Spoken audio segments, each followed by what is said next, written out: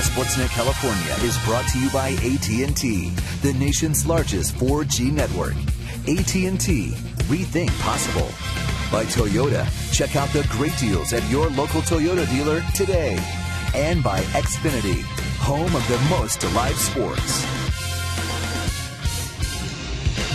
Welcome back to the Coliseum. It's the A's and the Red Sox. First of three on a holiday weekend. And a lot of fun before the game, wasn't it, Ray? Seeing the Petaluma Little Leaguers come out and take fly balls during batting practice. They were shagging, and they're a popular group, aren't they? How about in the clubhouse? Johnny Gold brought the entire team and the coaches into the clubhouse and showing them his locker. They're going, wow, look at all this stuff, man. This is great. And that's the A's clubhouse. It's great. All right, here's the A's public address announcer, Dick Callahan. Accompanying the A's to their positions as part of the Take the Field with the A's program, sponsored by Washington Hospital Fremont, are members of the Petaluma National Little League.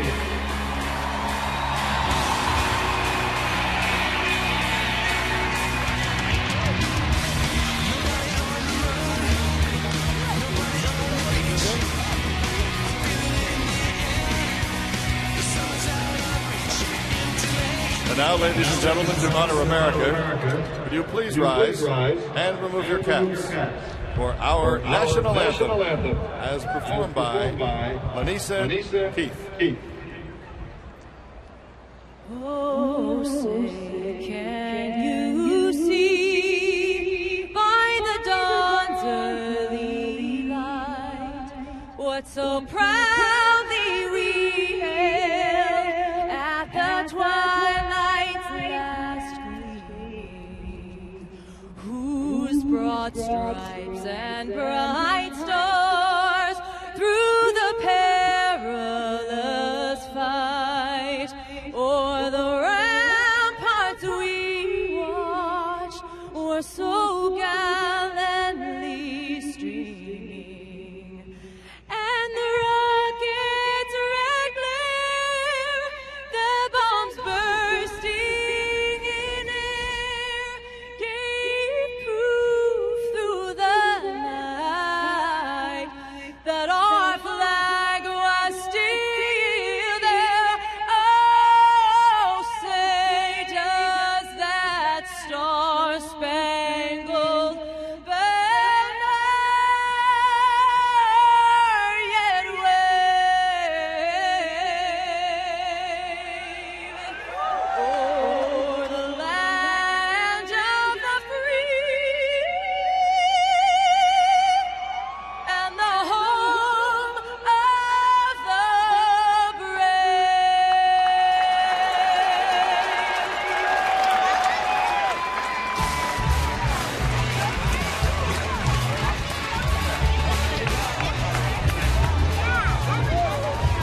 So a special day for the Petaluma Little Leaguers.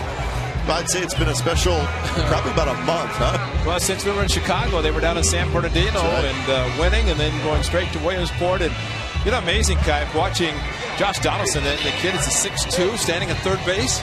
Pedroia from the Red Sox walked over, and he's standing around those guys. And some of the players from the Little League National Team bigger than Pedroia. Pedroia can play Major League Baseball as MVP, but it's amazing the size of 12-year-olds. And they've gotten a chance to see them tonight. It's a special night for them. Well, the head coach of the Petaluma Little Leaguers, Eric Smith, is going to come up to the booth and join us during the game. So they're exchanging lineup cards, too. How about that? So they are big leaguers for a day. I don't see a camera. But certainly the entire Bay Area very proud of those youngsters. So they will sit back, find a nice luxury suite with their friends and family, and enjoy tonight's game. And this field has to be huge for those players who played at Williamsport. And I was told that one of the coaches, they moved the fences back last year some 25 feet. Because I said, when are they going to move the fences back? They said they already did. They were 200, now 225 feet. But these kids made them look small, the way they were hitting some of the home runs. But it was an exciting time for them, and we look forward to the head coach coming up and visiting with us. So the A's on the field. They were set to go. The Game Time weather brought to you by the Santa Cruz Beach Boardwalk. Get to the beach. The admission-free boardwalk is open daily. It's a cool night, 60 degrees. It's been cool all over the Bay Area all day. A little bit breezy at 16 miles an hour, so it Almost feels like an April night here at the ballpark. Talking to Jerry Remy of the Red Sox, they just came from Anaheim where the Angels swept the Red Sox. He said it was hot there, and I said, so this must be nice. He said, we love it. So, I mean, they're accustomed to the heat back on the East Coast, so very nice. And those kids walking up the stairs, getting standing ovation from the fans on hands here to watch this game, but excited to see the Petaluma team out there as well. All right, let's look at the Red Sox lineup for tonight.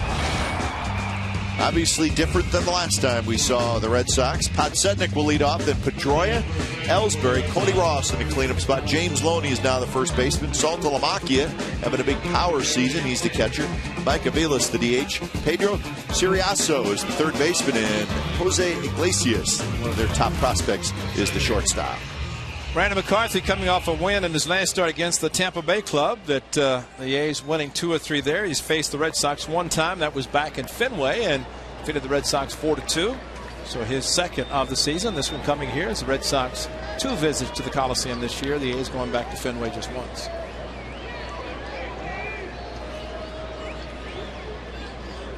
So Scott Podsednik steps in. Both teams wearing the alternate jerseys. A's green. And the Red Sox, the dark blue. First pitch, 7:07. Podsednik in the leadoff spot, 355 with a homer and 10 RBIs, 38 games played for the Red Sox. And he lines the second pitch of the ball game into center field for a base hit. So the speedy Podsednik has a leadoff single. Look at the A's defense for tonight. Outfield has Cespedes, Crispin, Reddick. The infield, Donaldson, Drew, Pennington, and Moss. The catcher's George Kataris. It's amazing what Podsednik has done since joining the Red Sox under Bobby Valentine. First season for the Red Sox skipper. Not a particularly great year or a great month of August. Of course, a huge trade that you mentioned. That several of the players that started the season no longer with the Sox.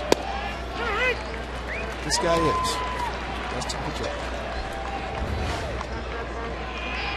Pedroia is under contract for a couple more years, so not a bad guy to, I don't want to say rebuild around, but certainly I think he's going to be there as the Red Sox move forward into next season after that. That's the starting pitcher tonight, Aaron Cook. The Red Sox do not like to lose, even though they've had a tough season. They were swept by the Angels starting this 9-game road trip. So to be swept by the Angels in Southern California, now come to the Bay Area for the weekend. And they will play hard, just like the Indians did in the 4 games. The A's were fortunate to win those. A little flare to right, and that's a base hit. So back-to-back singles to start the game for the Red Sox by Podsednik and Pedroia. Here's our Farmers Insurance report card. Since July 2nd, that's the last time the Boston Red Sox were here in Oakland. The difference in these two teams in opposite directions would be exactly what has happened. Boston has gone 20-33. The A's have gone 35-15. That's the best record in the majors. So the Red Sox overall are 62-70. They've lost 8 of their last 11. After this weekend, they will head to Seattle. So it's the old-time West Coast swing, where you hit all 3 cities in the American League. In other words, the way the schedule should be made up. If he's traveling from Boston. So Anaheim, Oakland, Seattle. Ellsbury jabs at it in his bunt attempt, and it's a strike. It was a very interesting conversation. First of all, to see Ellsbury. Now, he's the third place hitter.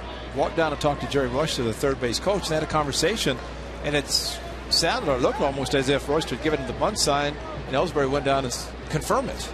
Because rare that you have a discussion in the first inning with your third place hitter up with 2 runners on base. But he did jab at the first one and missed it. So Donaldson in on the grass. So is Moss. Good speed on the bases.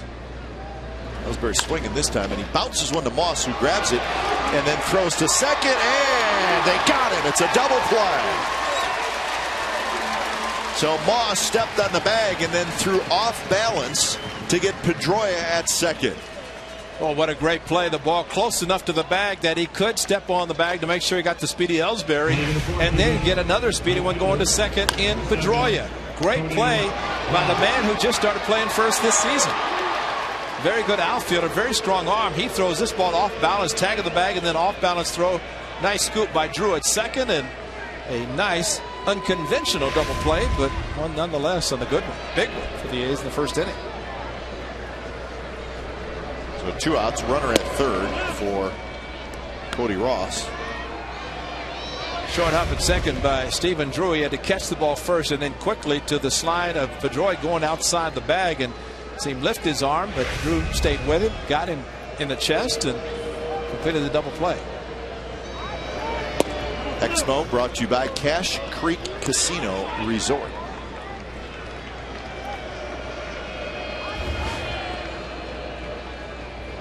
Amazing, team's playing well. 3 batters into the game, the A's already make a difference-making play.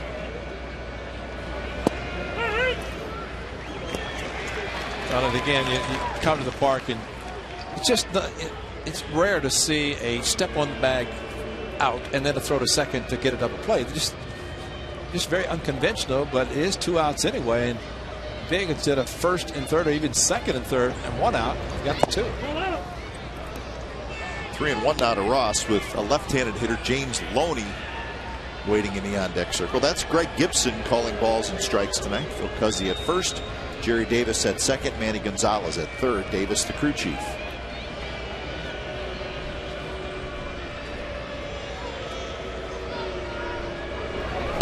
Swing and a miss by Cody Ross. Cody Ross, a dead pull hitter. Yeah. Cut fastball. He opened up, lifted the leg, and then opened the hips. And there's your cutter outside. Great pitch to throw, and may come right back with a similar pitch, if not the same one. Trying to keep it away from Ross, who is very powerful. Foul that one back. Ross with 19 home runs, 67 runs batted in. So he's had a nice year. His first year in Boston. Sounds like the Red Sox wouldn't mind keeping him around. He's signed just a 1-year deal in Boston as a free agent.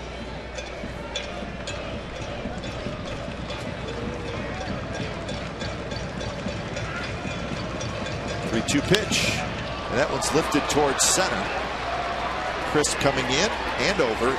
He's got inside, retired. So 2 hits, but a big double play by the A's, and the Red Sox do not score.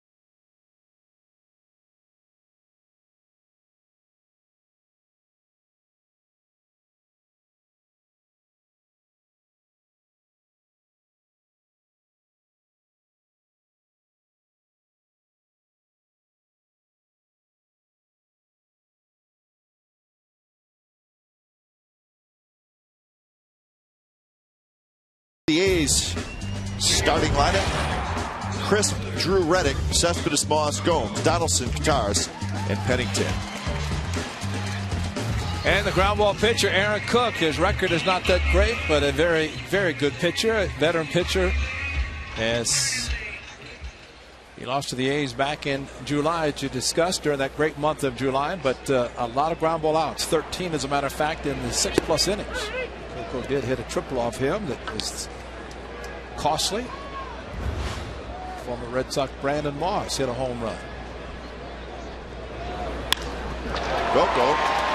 Slices one toward left center, but Podsednik still runs well. Got a good jump, tracks it down, 1 out. Let's look at the rest of the Red Sox defense. Saw Podsednik in left, Ellsbury in center, and Ross is in right. Zuriaco, Iglesias, Pedroia, and Loney on the infield. Saltalamacchia is the catcher. James Loney, Adrian Gonzalez. It's amazing. Saw Loney with the Dodgers when they were in town during the interleague play, and Adrian Gonzalez when the A's went to Boston and the Red Sox came here. But Gonzalez gets to enjoy that nice Southern California weather for home games.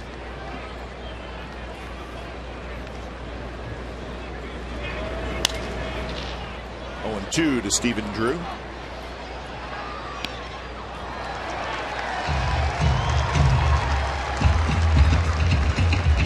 Young lady. She's a lefty. She made the play. I thought the impressive thing about the Petaluma National Little League team is the left-handed catcher. Right, you like that. Oh, that was great watching him. I mean, he was smooth. Mike Squires had to make him proud. Very happy. Squires. Spanky, the last, actually, probably the only catcher to ever catch Major League Baseball as a lefty. I remember Mike's was part the White Sox, right? Yes. And of course now scouting. Nice play. Look at that. Wow. Is that? It looks like she's really the only one that wanted to catch it. When it looked like she just threw her glove up, and no, she caught it. I won't say the ball found her glove. I think she deserves all the credit she's getting. And you're right. Probably the only one that had a glove. Everybody else was interested in eating and drinking. So 1-2 the count to Drew with Reddick in the on-deck circle.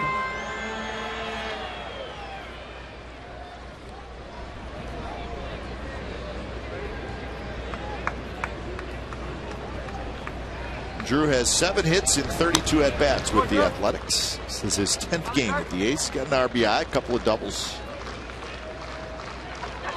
That's the Comcast Sportsnet value deck right above us. Fans still filing in there. Drew with a sacrifice fly yesterday's game in Cleveland, the wild one. The A's won. Shallow center. Ellsbury comes in, and that's out number 2. This is not right. Aaron Cook's a ground ball pitcher. That's 2 fly ball outs. He's been known to have a power sinker. Yeah. Right fielder, number 16. That's the numbers this season for Cook. He's 33 years old. He was signed as a minor league free agent in January, so he was out there right up until spring training almost, and the Red Sox grabbed him. He started the season in AAA. And then he made 1 start. He got called up to the big leagues, made a start. Never got hit in the knee. So he had to go on the disabled list. And now he is healthy. He was a very good pitcher in the National League with the Rockies. In fact, he was an all-star in 2008. And that's the place to have a power sinker. That's a good call.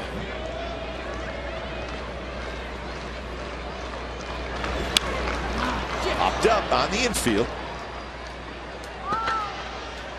And that'll do it. So 3 balls in the air, 3 outs for Cook. And we're done after 1, no score.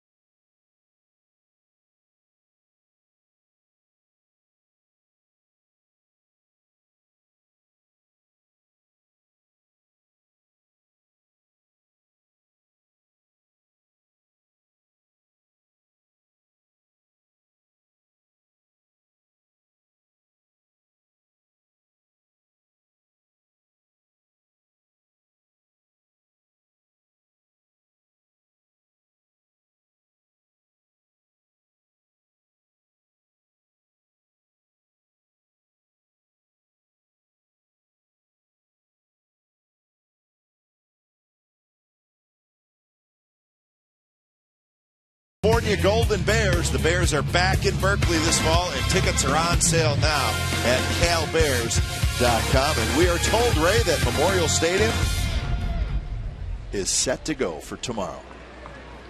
Renovated Memorial Stadium. Supposed to be beautiful. Then it must be. Good luck to the Bears. Supposed to be. Stanford Cardinal playing tonight. Is that where college football is? BI getting ready for the game tomorrow? Could be. BI's probably tailgating already at Memorial Stadium. Probably got a nice sleeping bag. Sweater. First in line. Got his Golden Bear tennis shoes on and sweater to match. Big day tomorrow in Berkeley. James Loney, it still doesn't sound right, although it's only been a week since he became a Red Sox, but long-time Dodger, part of the mega trade, blockbuster trade. All those words fit. 1 and 2. It was a week ago today when the trade started to trickle in, the rumors of the trade, and it was a biggie. 1-2 pitch, Loney takes inside. Well, we were discussing it when it was taking place and talking to Jerry Remy, and he said the Fenway faithful are happy. Yeah, that doesn't surprise me. You know, it's a totally different team, and said they just never fell in love with the team that they had. Well, you know the principles of the deal. There's Gonzalez, who's the guy that the Dodgers really wanted. To get him, though, they had to take on a huge contract in Crawford and a lot of money in Beckett.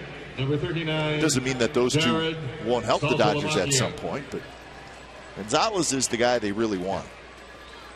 They got the Red Sox a couple of pretty good pitching prospects from the Dodgers, but it was about the money. Let's just face it. And if you're the Red Sox, they cleared approximately $250 million from their payroll. And if the guys you're having that are making a lot of money, if it's just not working, yeah, then it's probably a good trade. And it may be a good trade for the Dodgers as well if they do what they think they can do with their new player. We hear that going into next season, the Red Sox will have essentially $60 million to spend on whoever they want to. This one looped to shallow center. Coco Crisp comes in, makes the play. Here's our Geico quote. Yankees chief operating officer Lon Troston, the Boston Dodger trade. I think they'll find many people who will tell you the Red Sox made a great deal. There was no way Boston could move Beckett. Is Carl Crawford worth it in their minds? $20 million a year for 5 years, coming off Tommy John. His legs are getting older. Then you have Adrian Gonzalez. Maybe his stats are going down. So that's coming from somebody in the Yankees organization. But I mean, I think around baseball, Ray, if you ask people about the trade, that's probably what a lot of people would say. Yeah. Gonzalez is still a very good player. Right. Questions around Crawford, Beckett. 2 more years of Beckett if you're the Dodgers. But I think the ownership group of the Red Sox questioned the Crawford signing after it happened, which they committed to it. They said, wait a minute, what are we doing? Line drive, base hit right field. So Aviles has a single. Well, Brandon McCarthy's going to have to pull some magic out of the hat again in this inning. First 2 guys got on in the first inning. A double play helped get out of it, and looking for the same in this inning with 2 more guys on base and just 1 out. Siriaco is the hitter. But don't you think, Ray, from a Red Sox standpoint, they would have been fine keeping Adrian Gonzalez. He's a very good player. I think they would have been okay. All right, we got to pay Beckett for 2 more years. I think the opportunity to get rid of the Carl Crawford contract was the topper for them. Had to be. He's out probably for a year. Well, exactly. He's best case scenario for him. Maybe plays at the end of next year, maybe. But he didn't play a whole lot last year. Been injured. But it's a very talented group put together by the Red Sox, but it just was not working.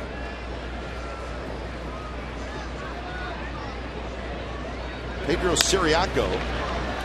And I think in regards to Carl Crawford, he was playing for the Tampa Bay Rays, and we were just there. Not much fan attendance, media attention.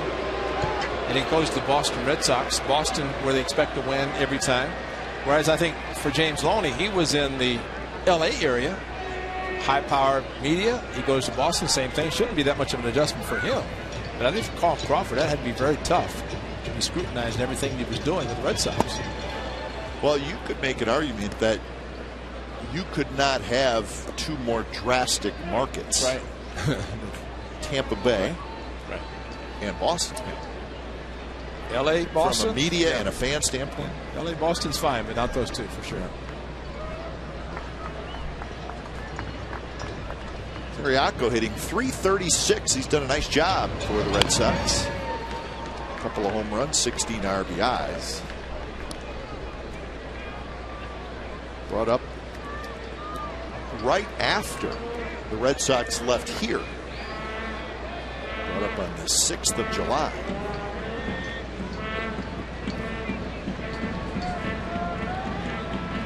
Loney at second, Aviles at first. 4 hits for the Red Sox against McCarthy.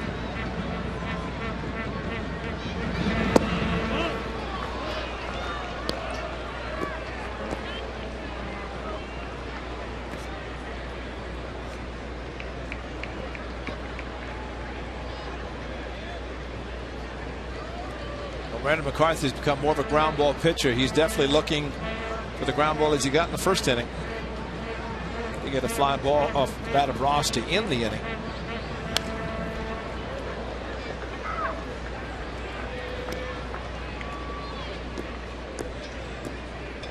So 2-2 the count to Siriaco. Pedro Siriaco playing third base. He also played some shortstop.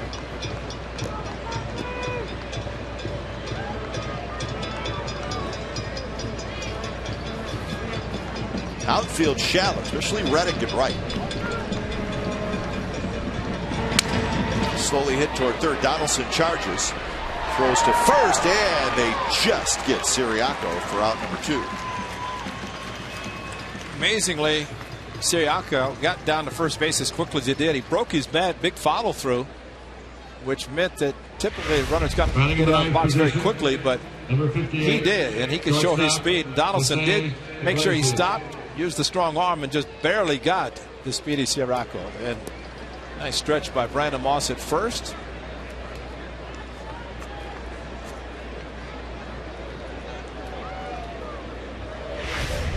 Josh Donaldson just kind of knowing, as he knew that the speed of the hitter, but also knows that he has a very strong arm. So here's rookie shortstop Jose Iglesias. He's been the Red Sox top prospects for a couple of years. The youngster, just 22 years old.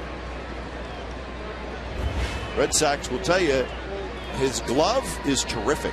Question is, will he be able to hit at the big league level? But he is supposed to be very smooth as a shortstop. I just hope he's not hitting in this at bat, because this is a big at bat with a couple of runners in scoring position. The outfield playing very shallow, especially Reddick in right field.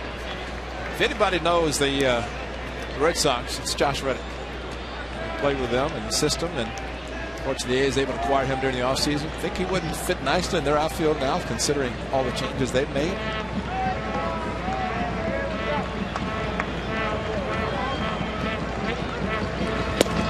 Pitch very close, but a bit outside.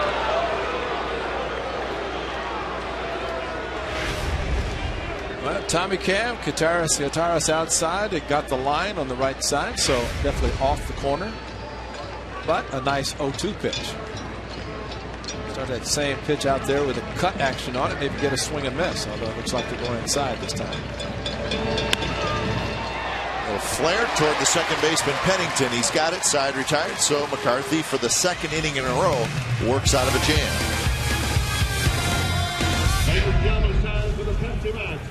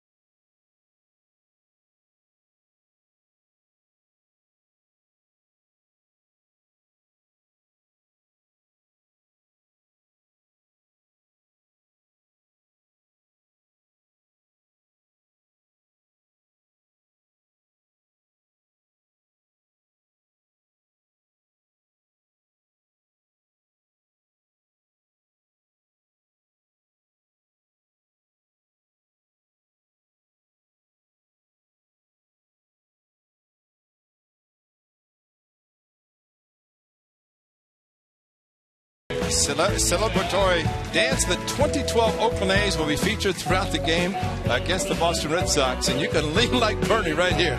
Actor Terry Kaiser, who played Bernie in the Weekend at Bernie's Movies, will throw out the ceremonial first pitch. Fans can buy Plaza outfield tickets for just $12 with online coupon code Bernie. OaklandAthletics.com. Boy, you got to put the lead on, great. Look, lean like Bernie. All right. I love that guy. Can't wait to see him. Boy, that's going to be fun. I want to meet him and I want to hang out with him. I want to lean like Bernie. I want him to tell me all about the shows he was on and the movies he was in. I hope he talks more with us than he did in the movies. That's a good point. It's a very good point. I hope he does too. I don't think we heard him actually in the second. Cespedes lines one to left for a base hit. So leadoff single for Cespedes. That's Cespedes right there at his best. He gets a couple of strikes and then a hanging slider from the right-hander, and he jumped all over it. Position. First baseman, number 37, Brandon Moss. Very strong. It's the off speed, maybe a changeup, definitely off speed, but Cespedes not fooled at all. And still a very quick path through the hitting zone. There's the X-Mo showing Cespedes attacking the off-speed pitch and sinking so quickly to Podsednik and on the hop. That one's driven to left. Podsednik racing back, and it's going to be off the wall. Cespedes was running all the way. The ball rolls all the way back toward left field. Cespedes scores easily. Moss to second with a double. Did you see Cespedes run? Cespedes just took off. And Podsednik did not play it real well off the wall, and it rolled all the way back to, well, what would have been about his original spot where he was playing. Well, what a great swing by Brandon Moss going opposite field, and Cespedes seeing the ball over the head of Podsednik, and he was just running. Watch this running of Cespedes. Turn it on. Here he goes. Look at that. Wow. I mean, that's some speed, folks. That's just unbelievable speed. And more importantly, reading the ball off the bat. Yeah. I can't wait for Ricky to come back. Ricky will say, Ricky likes him. You know, he can run. Nice hitting by Moss. Home run off of Cook back on America's birthday, July the 4th. But tonight, off the wall in left field. So Moss gets his 31st RBI, and here's Johnny Gomes.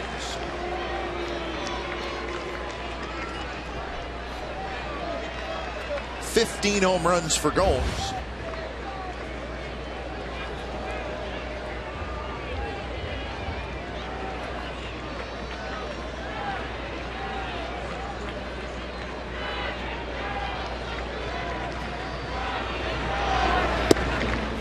Just a bit outside from Cook. Well, Cespedes was putting on his gloves, and just that quickly as he's putting on the gloves, let's say I put them on my hands, and oops, there's the hit. Now what am I going to do? I'm going to put the gloves on. He's put the gloves on, and then decide, well, let's go. We can probably take them off when we get back in the dugout, not even have to put them on. Good shot, guys. How appropriate for Johnny Gomes. Pendulum is on Johnny Gomes, and there's the group, Pendulum National League in the suite, watching their favorite A's player, Johnny Gomes. He's in the lineup tonight. They're living the life, aren't they? Ooh. 2-0 pitch. Sinker low. 3-0. The Angels and the Mariners are underway. So, got my glove on, and then he hit it, and then what am I going to do to start running? Multi-talented. Whatever it takes for Cespedes.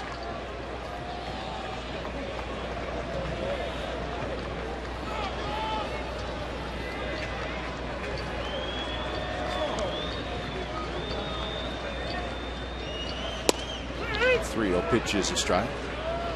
The Angels have Heron on the mound against Millwood against the Mariners, and the Angels got a 3-run homer from Kendrys Morales in the top of the first inning. It's 3-1. The Mariners batting in the bottom of the first. So keep a close eye on that one. Angels trying to put together a streak after sweeping the Red Sox.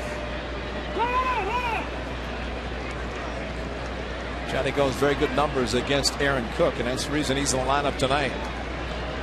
In addition to it being Petaluma National League night to honor those kids.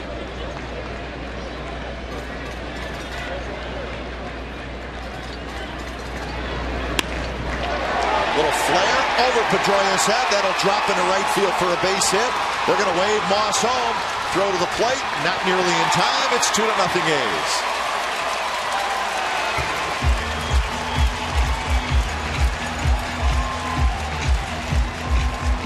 Well, he's now 8 for 15 against this right-hander as Johnny Gomes fought the ball off over the head of Pedroia. And this says a lot about the A's third base coach Mike Gallego as Johnny Gomes in X mode, hitting the ball to the right side. But Mike Gallego, this is a matter of knowing the outfield's arm strength because that ball's not that deep. And the guys watching their favorite. That's great. But Mike Gallego sending Moss. And even though he was breaking back towards the bag, Mike Gallego waving him all the way, and he is pushing. Let's go, because Moss got a late start, but Gags saying let's go. And again, the arm strength of the outfielder, that's why the third base coach is so important. The aggressiveness is there, but Mike Gallego also studies, and he knows who can throw, who cannot throw. If that's Jeff Rancourt, forget it. Shuts it down. Decided to run on walks. That one's drilled to left. And baby is gone. Donaldson homers again, and it's 4-0 Athletics.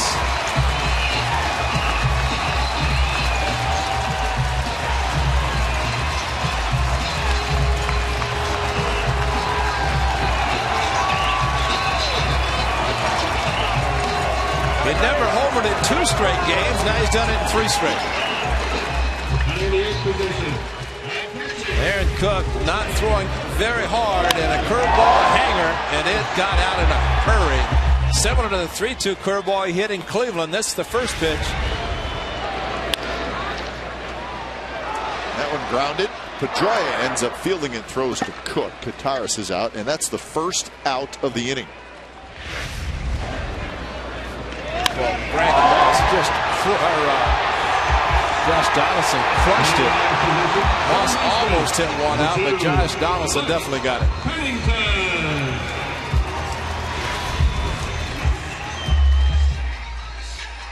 It's all about the haircut. Ever since he got that haircut, found it on the internet. He's, found his haircut on the internet? Yeah, that style.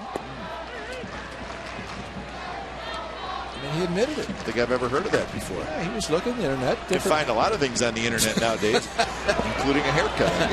Hairstyle. Okay.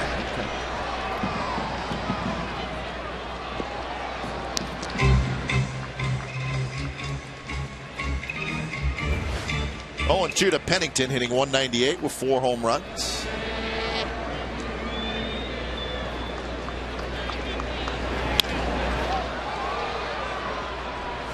Ellsbury to his left. He's got it, and that's out number 2.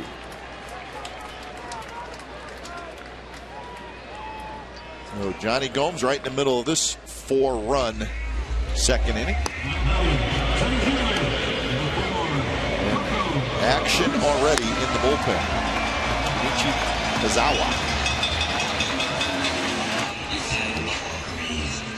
Remember, the Petaluma Little League head coach Eric Smith is going to join us. Look forward to talking to him. Big bouncer. Loney grabs it. Coco's retired. But damage done by the Athletics. They score 4 times. Gomes with an RBI single. Moss with an RBI double. And Donaldson with a 2-run homer. So we've played 2. 4-0 Athletics.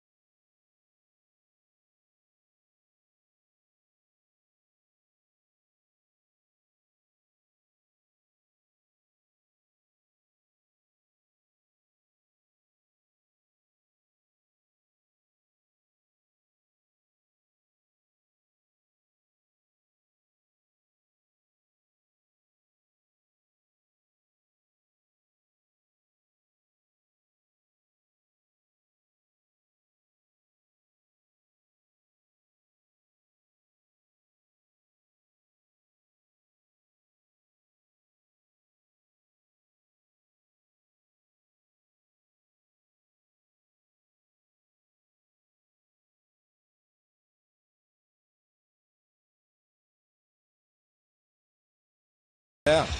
And the leader of that group, the head coach, the Petaluma Little Leaguers, Eric Smith, is in the booth. Eric, thanks for stopping by. And thanks for having me. I know you're a busy man tonight. Wow. We appreciate you joining us here in the booth. So, anything been going on the last month? We were just talking about, I mean, what an amazing month it has to have been for you guys. Could you ever imagine anything like this happening? No. I mean, when you were playing and you guys were down in L.A. and now you're getting close and you're a couple wins away from the Little League World Series, and then everything just blows up, just goes crazy. Right. We were just hoping to win a couple of games. We didn't want to. I knew the team was good, but you don't know what you're going to see. So. How did you put the team together? And I asked that because it's the Petaluma National Little League team. Right. How How did you get your team together? How did it encompass? Well, there's 3 leagues in Petaluma. Okay. So National League is just one of those 3. And all of these players play in that league. There's 7 teams. And the players vote for a majority of the team and then fills in from there. And all those players in the league. And there they are in the suite, right? There they are, yeah. And they're all saying, "Hey, it's coach. Look at him." They can't believe how much fun they're having. Oh, I can imagine. How great has it been to know that a major league player, Johnny Gomes, is from Petaluma? Now, we see him, Kipe, I know that we see Johnny's like a kid in a candy store. The way he's acting here, what do the people there, and especially the kids, think about him? Oh, Johnny's been fantastic. So, every time his name comes up, the kids' heads turn. What's going on? What's up with Johnny? And the fact that he's from Petaluma, it obviously just makes it better. Sure. What was it like in Williamsport? Oh, it was crazy. The field was so, it's not a major league field, but it's as close as the boys have seen to one. And the grass was clean. They weren't worried about bad hops when they went out there. It's not like your local Little League field. It was great. It was great. That's good. Did you realize how much attention you guys were getting back here in the Bay Area? Even though you're a long ways away, but did you have any idea what was going on with all of us back here watching you guys? We're looking at our phones to see how you guys are doing. Did you have any idea that was going on? No. Yeah. We were really focusing on the games and that, and we'd hear that people were really excited. But there's a difference when you hear someone's excited and when we came back and that the reception that we got, that the boys got, that sort of made you kind of say, wow, now I see what they mean. Now, you go to Williamsport. You're one of, I read there's something like 4,000 Little League teams that start. In the U.S. In the U.S. culminates with 8 from the U.S. Right. One of 8. Right. And then you have the international clubs. Right. Talk about what went on outside of the game. Just mingling with people from around the world, basically.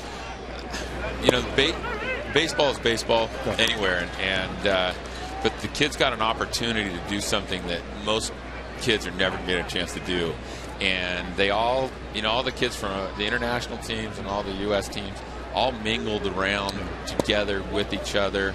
You didn't see a lot of, teams clicking together. It was just everybody happy to be a part of something big. And I strongly encourage the kids to stay around the facility as much as possible. And, play ping pong against Japan or all those things that you never get to do. So, very nice pregame ceremonies, and guys earlier today got to head out, shag some balls. They had a ball. Now batting. Oh, look at the smile on his face, right? Just catching a pop up. But you know what I thought was great? We were getting ready to do our open. We hear this cheer from the crowd. We turn around, we're looking on the field. What's going on? And your team is walking down by the third base dugout, and the fans, without any prompting, started clapping and cheering and standing. That had to make you feel great. It still gives you goosebumps. Yeah. You can't prepare for something like that. 3 months ago, you were walking down walking your dog down the street, and now you get something like this. So, yeah, it's amazing. Little flare to right. Reddick coming in, and it's going to be caught by Pennington. Wow. A sensational over-the-shoulder catch by Cliff Pennington. So that's the way the top of the third ends. And look at this. Awesome. Coach Smith, stick around. We'll talk more with you when we come back. Ladies and gentlemen, it's time.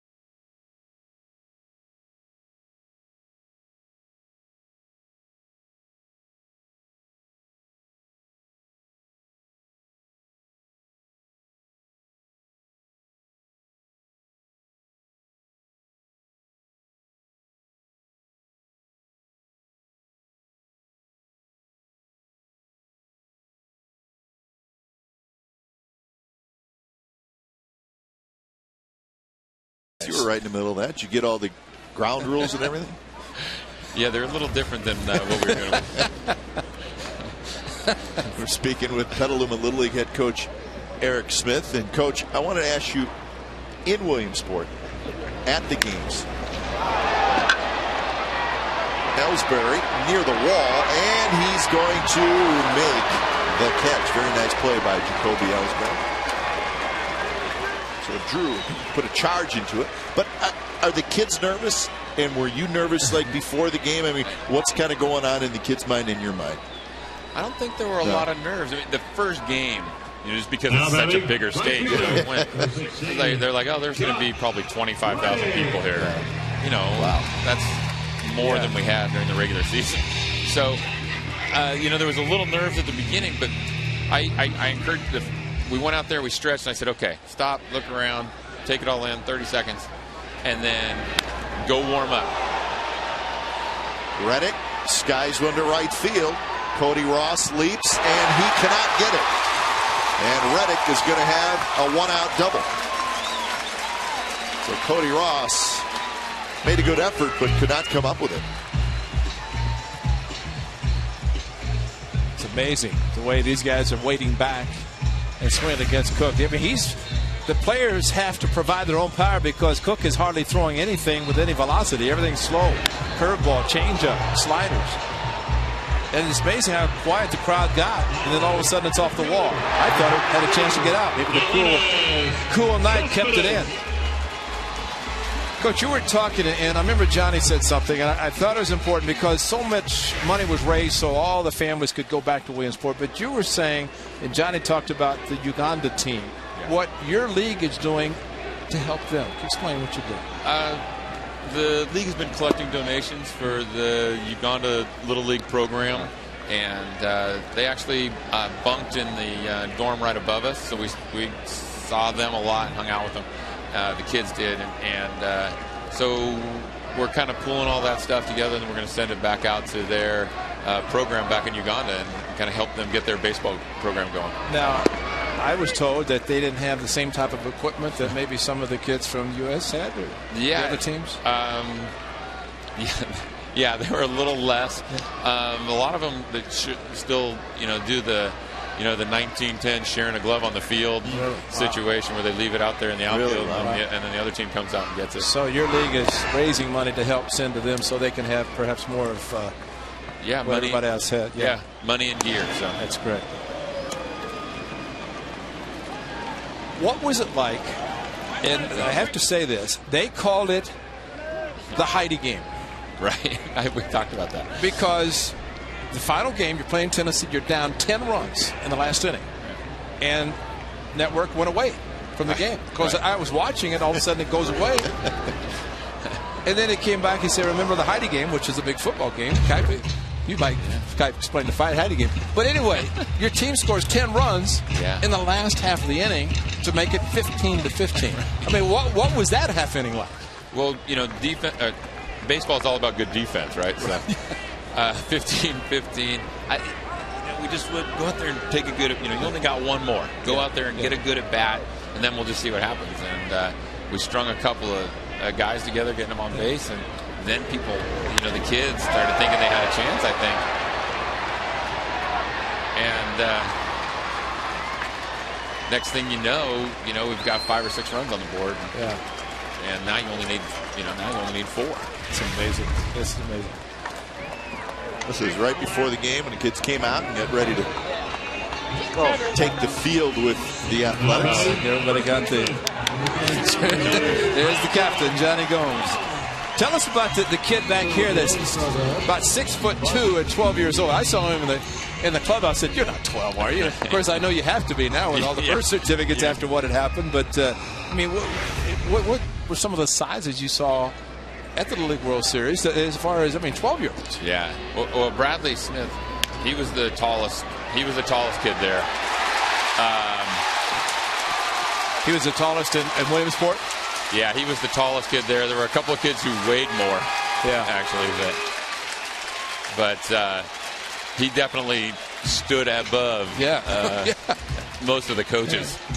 Well, I was just hoping, as the network came back to watch, and they said, did you ever think this game would be going to extra innings? Which, as you had your player up there, I said, get a hit. Don't even send it to extra innings. Right. And we didn't want to see them bat again. How about Dustin Pedroia? Right. Somebody asked him to come over. He could have put your national, the West jersey on. Look at that.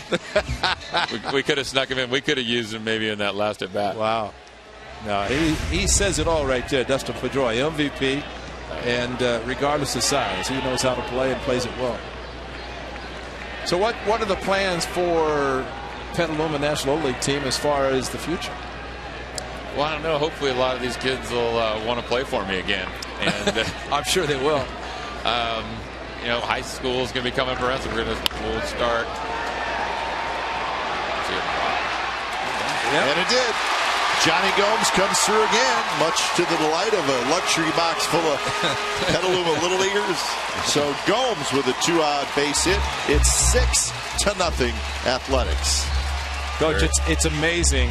Johnny Gomes, I think it's great that the night that honoring his hometown and you guys, but he's 7 for 14 against Aaron Cook. Now make it 9 for 16. So it's about numbers. Now, you probably don't think about those things with the Little Leaguers, but that's what's going on. You always want to put. We're going to do a pitching change. We'll come back with you.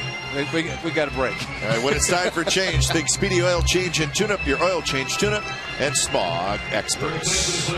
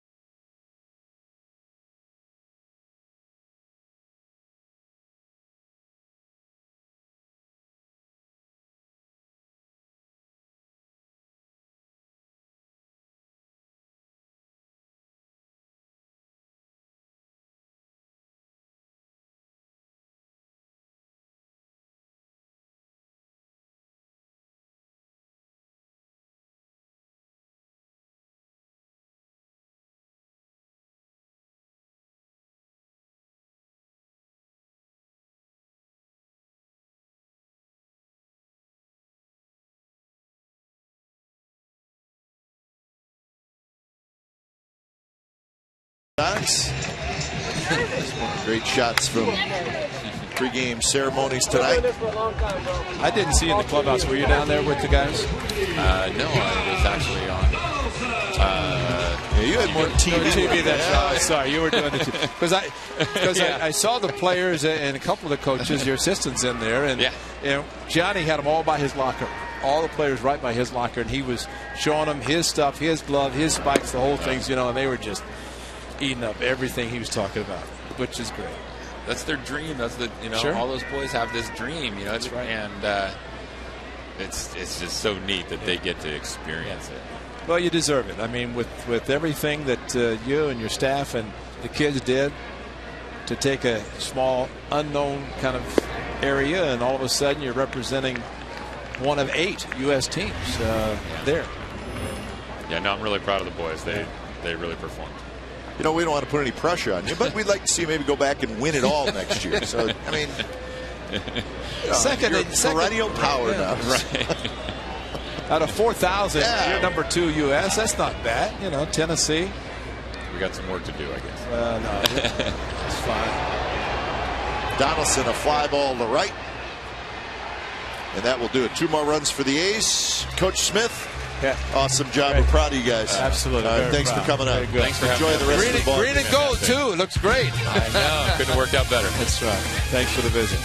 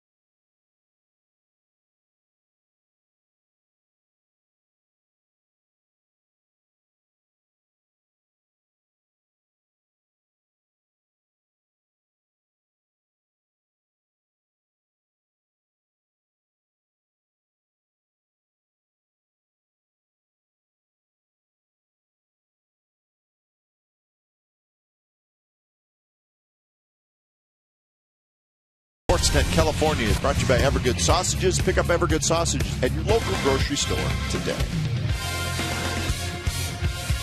Donaldson with a home run in the ball game. He's homered in 3 straight games, 6-0 Athletics. So the A's right now can do no wrong. Cap, I think you're exactly right. With what you just said, considering where Brandon McCarthy, a 1 hit away in the first inning and the second inning, or maybe being down 3-4-0. Yep. Instead, gets a double play, gets out. How about that? That's a pretty impressive. 13-0 with the A's. 4+ runs support.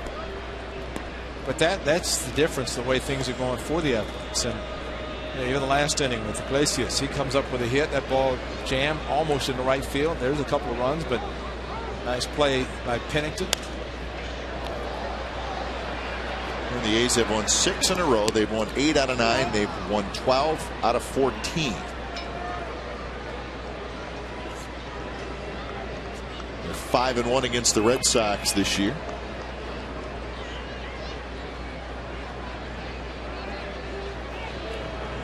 Cody Ross hit a fly ball to center field. This one to shallow center. And that's out number 1. So 6 in a row retired by Brandon McCarthy. So that could have been a situation where the Red Sox, well, they had a couple shots, which is usually the case against a very good pitcher like McCarthy. You may get one or two shots. If you don't do any damage, they usually settle in, and that's what's happening here.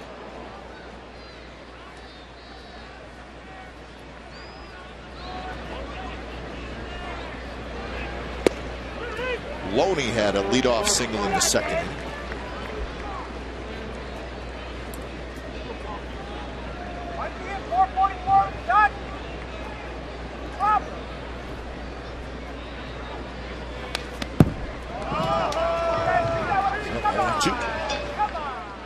Saltalamacchia in the on-deck circle.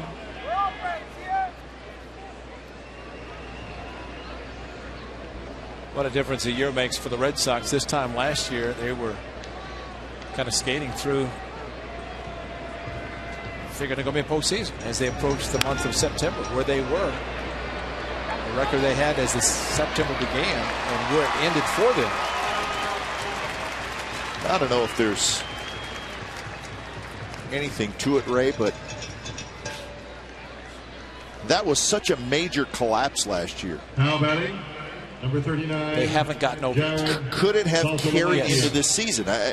Hard to believe, but am I off base here? No, I was talking to Joe Castiglione, who has done the radio for the Red Sox forever, and he said it did carry over. You know, it's such a collapse. And he felt that, I mean, just look at the whole club. They let the manager go, the pitching coach. I mean, virtually changed everything. They started changing personnel, and almost like a do-over. Let's start all over. And Bobby Valentine stepped in. You know, a dream job. Valentine managed the Rangers, the Mets. He gets an opportunity to leave the broadcast booth and go into managing. And Tony La Russa said the Boston Red Sox, this is prior to them winning in the 2004 season and then winning 2 World Championships. He said that would be a dream job to have because of the length of time in which they've not won. But it has not been maybe a dream season for the Red Sox. Definitely hasn't as far as the record's concerned. And you know, the Braves in the National League, their collapse was just as bad as the Red Sox. And the Braves did not make wholesale changes, and they're having a good year, and they certainly look like a very much a playoff team, the Atlanta Braves. That was Andrew Bailey down on the Red Sox bullpen. He is healthy and back again. Very high to right. Reddick going back, and that one is gone. Saltalamacchia has homered for the 23rd time this year. So the Red Sox get on the board. It's 6-1.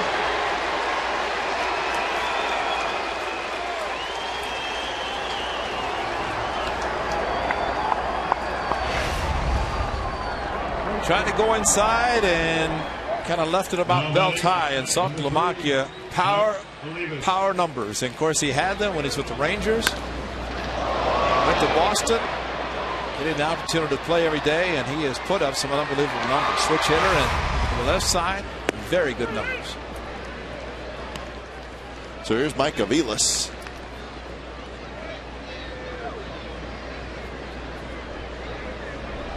Aviles had a base hit in the second inning.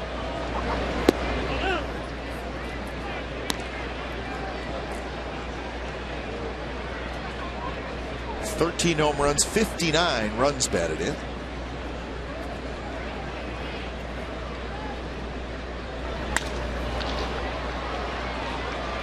Reddick in right field is under it. He's got it side retired. Saltalamacchia with his 23rd home run of the year. Bottom of the 4th coming up. It's the A's 6 and the Red Sox 1.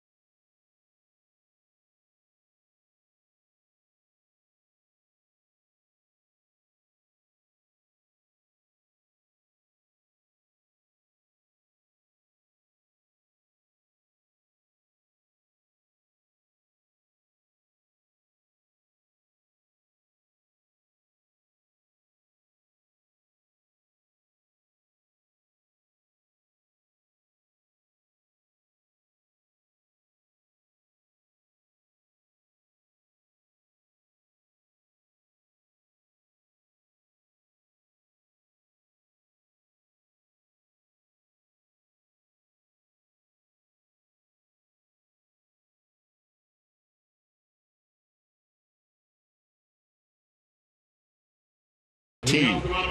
Who are the 6 rookies in Oakland A's history to save at least 10 games in a season?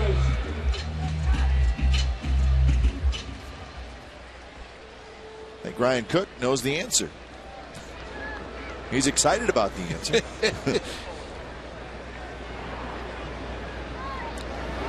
First pitch to Kataris is a strike.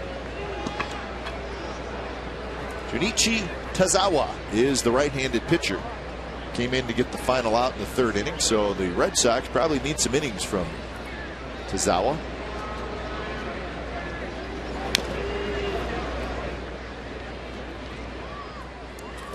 Well, we had Coach Smith on, which was nice, and all the while, Brandon Moss and Johnny Gomes doing some damage in addition to Josh Donaldson. But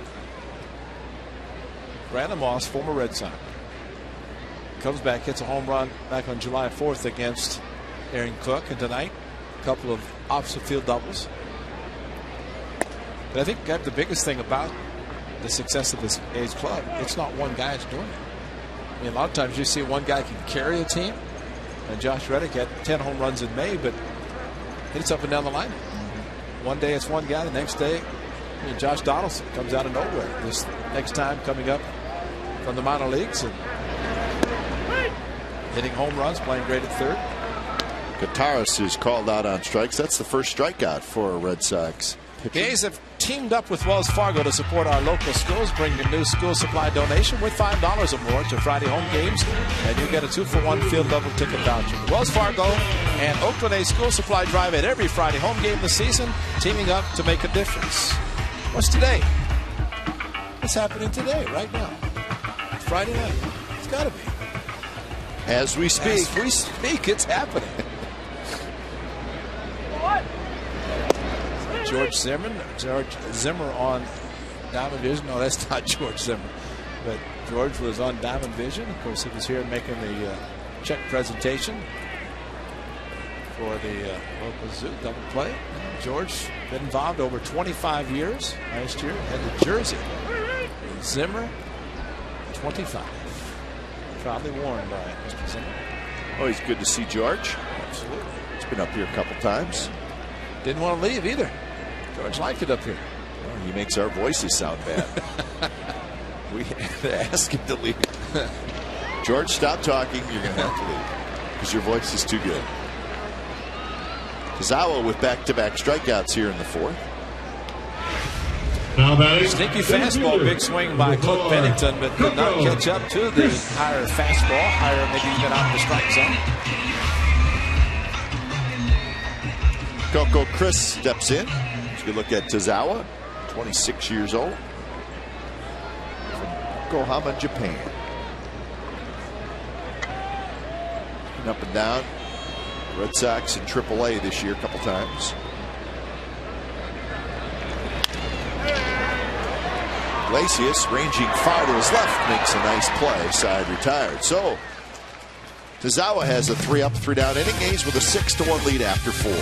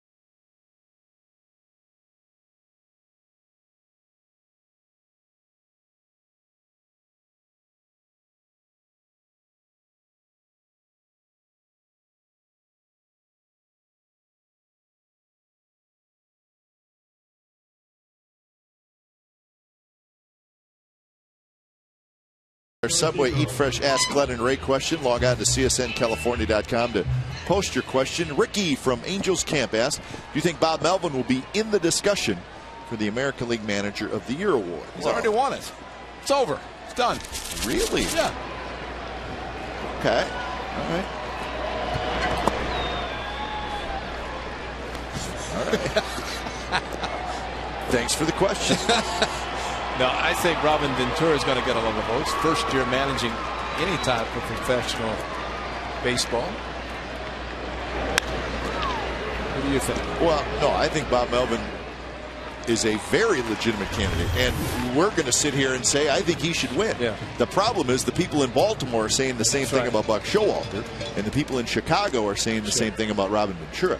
But Bob Melvin is as good of a candidate as anybody else on that list. Well, just look at last season, 74-88. He took over the club in early June, and now 16 over 500. We have to remember that the A's at one time had a 9-game losing streak this season. We're 9 under, and so you're looking now at 16 over 500.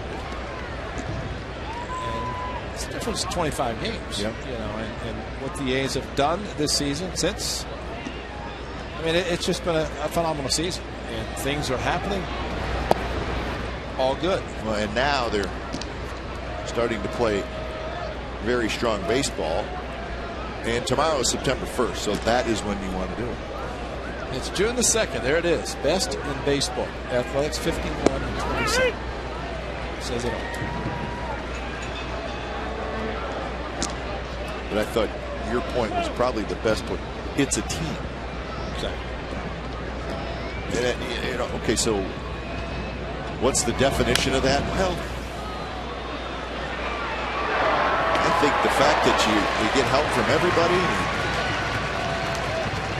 you know, it may not be a flashy lineup, but there's always something going on with the lineup.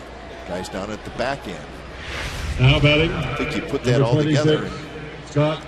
Play like this. Brandon McCarthy off the mound quickly. George Kataris not able to get to it, so the pitcher comes off the mound and makes the play. I think the one thing in seeing and when a lineup is posted, I think a lot of people say, well, they just put names up there. There's a lot that goes into a lineup, and I think what Bob Melvin does and the staff, when they talk about putting a lineup, that they put guys in to succeed. Johnny Gomes, for example, tonight, good numbers against Darren Cook. He's had those numbers for a reason. What does he do tonight? Gets a couple more hits. But when you are a player and you know that people behind you believe in you, you're going to perform. You're going to do your best, which is always the case, but you're put in a position in situations to be successful. And I think that is what happens. There's a perfect example. 14 home runs for a guy who never hit that many before. Gets another chance here in Oakland. He's doing it. But it's the team effort. It's everybody 1 through 25. Everybody feels a part of it. Haircuts and all. Sure. Online. Just missed inside. What is it? 18 rookies that have been on the A's this year, and some 11 pitchers. I mean, just think the experience they're gaining. Here's a guy never played more than 90 games in a season in Cuba national team. Brett Anderson coming back from Tommy John. Jared Parker. So it seems like everybody feels they're contributing.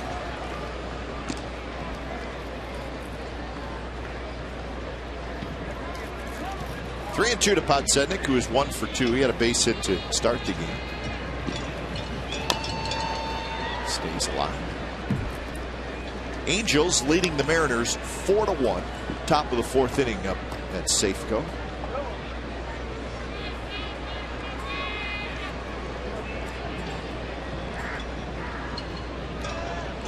Angels 3.5 back of the Orioles for that second wild card spot. A's have the first wild card spot.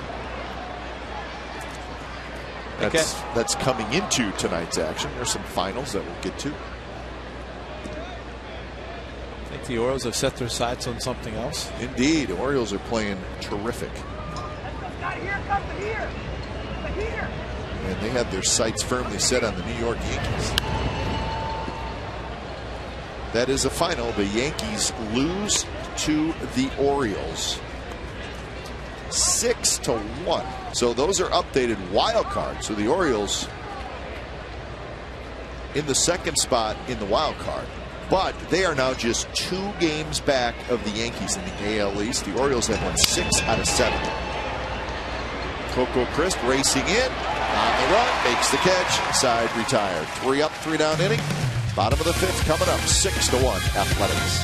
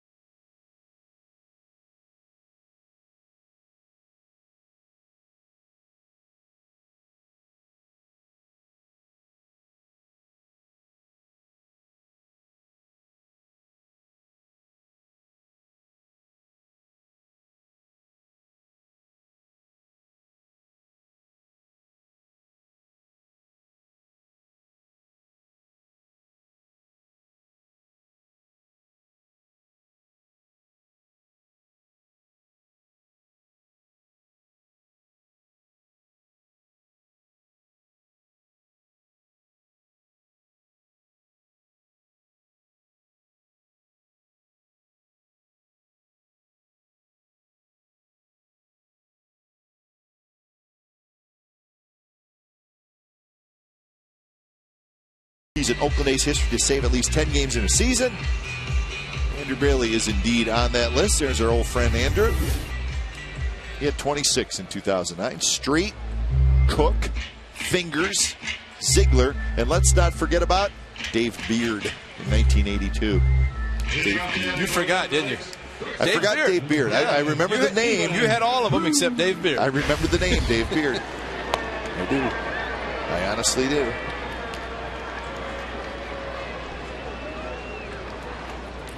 Drew to lead it off, followed by Reddick and Cespedes.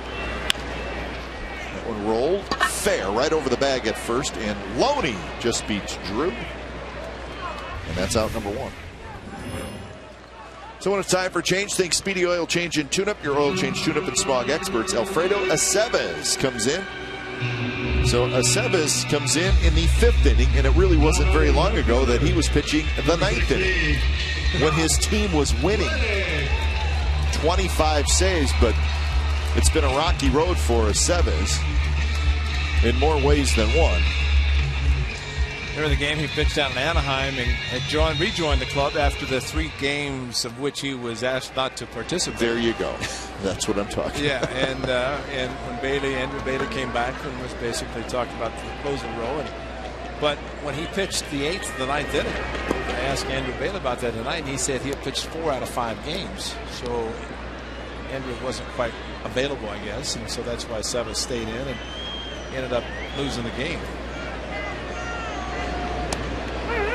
We do not know if Lori and Bill Bailey are watching the game, but they are watching some game from the West Coast, whether it's this one or the Red Sox. But I asked Andrew how the parents were doing, and of course Andrew and his wife Amanda are proud parents of a baby girl. Yep. So all things good for the Bailey family. Good to see Andrew back. He had a very freak injury in spring training. Been out, just activated recently. It was a thumb injury. He had surgery, right? You know, he said it was simply a play where he went to cover and that the runner hit his thumb and ended up having to have surgery. It was just one of those freak things that happened. That one's lying toward right center, but Ellsbury was playing that way. Sunday, September the 16th is A's Fiesta Day. One lucky fan will win a new 2013 Chevrolet Spark. Enter for your chance to win at oaklandathletics.com/Chevy Spark. Enjoy the pregame fiesta featuring Chevy's Ride and Drive event. Live Lucha Libre wrestling, mariachi music, and player appearances. 10,000 fans will also receive an Atletico's tote bag. For more information, go to oaklandathletics.com/Chevy Spark.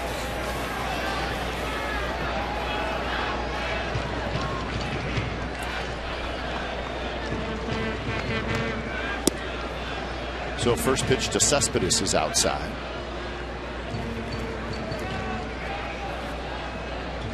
Single and a fly ball to center field for Cespedes. He averaged back up over 300.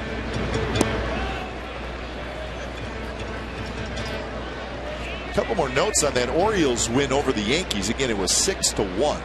Mark Reynolds hit 2 home runs, so he's starting to hit the ball a little bit better. When we saw him in Baltimore, he was struggling. He's starting to make an impact. Granderson hit his 34th home run of the year for the Yankees in the 9th inning. That was the only run for New York. Miguel Gonzalez, one of the young pitchers that the Orioles are counting on. He threw 7 innings, shutout baseball, picked up his 6th win. So A's, a surprise team, I guess, and so are the Orioles. Yes. It's been a while for the Orioles, so they have to be extremely happy.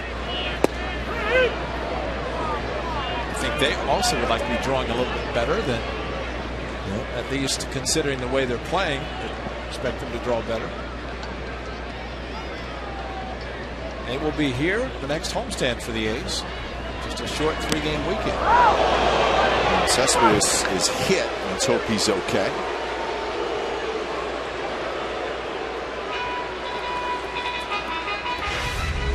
A slider didn't break, and they just tried to go front door. See the way Aceves got under the pitch and just did not drive it, although Saltalamacchia set up inside, maybe the front door cutter, and Saltalamacchia just let it go off Cespedes. He ducked his head. He didn't want to carry him. And Gibson said he hit him. Just flexed his muscles and probably broke the baseball. So here's Moss, who pops the first pitch foul. Moss has 2 doubles, 2 RBIs, and 2 runs scored.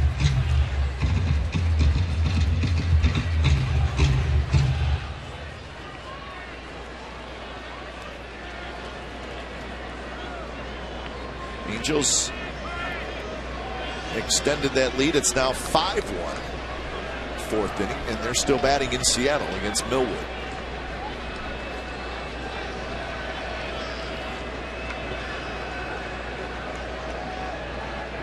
Brandon Moss now 32 RBIs on the year.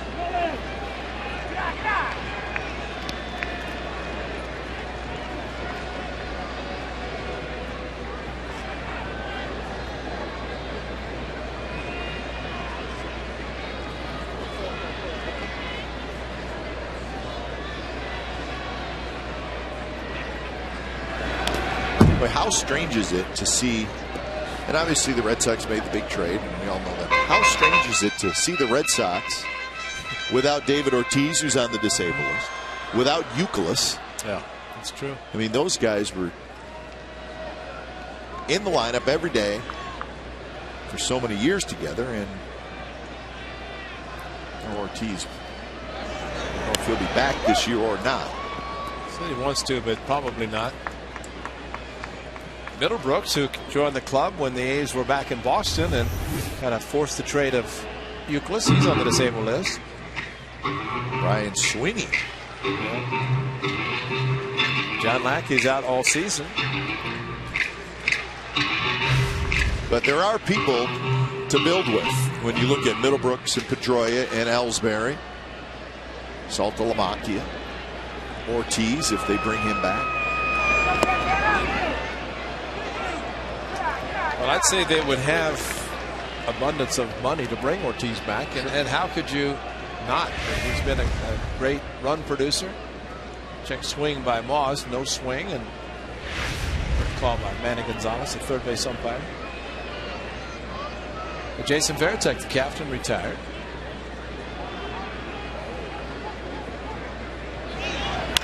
That one's drilled to right, down the line, and that baby is gone. Brandon Moss, have a night against your former team.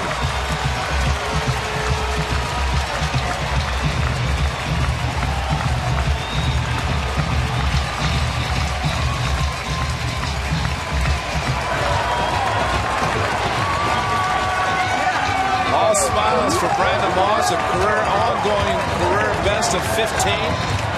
Folks, this went second deck, and this was all provided by Brandon Moss. Watch the extension, the slider, and look where this ball lands. Somebody in the plaza, second level, got a souvenir. High, arcing, way over the BART sign. You don't see a lot up there. That's a long way, and 4 runs batted in tonight for Brandon Moss. You're right, Kipe. Have a night. So Cespedes hit by a pitch. And Moss goes deep. Well, that's what we were talking about, Ray. So Chris Carter, who's been a very good hitter, gets the night off. Brandon Moss drops into the 5th spot. He's 3 for 3 with 4 RBIs and 3 runs scored. Everybody contributes. Johnny Gomes is another example, right? Yep. How much did Johnny Gomes play in the Cleveland series? 0. Yep. Did not get in a game. Yep. So what does he do tonight? 2 for 2, 2 RBIs. Showing those kids from Petaluma how to play at the major league level. Well, he was like one of the Petaluma Little Leaguers before the game, on the field, in the clubhouse. And they were just like sponges. Every word he said, everything he did, they were grasping onto it.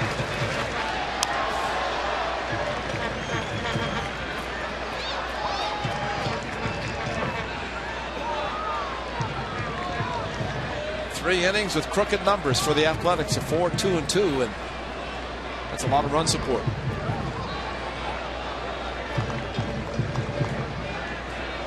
Joe Castiglione, the announcer before the Red Sox, said, "You ever seen a more happier, excited guy than Brandon Moss?" He's a happy guy. He said he's the nicest guy you ever seen, and he said he's just living the life.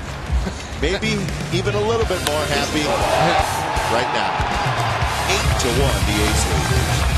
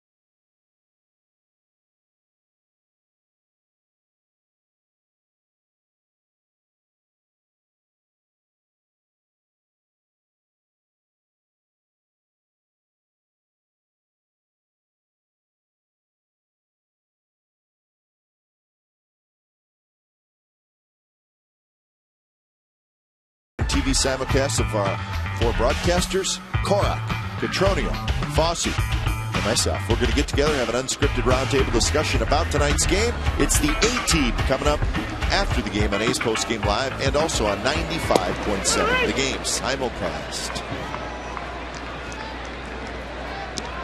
8-1, the A's lead the Red Sox, top of the 6th inning.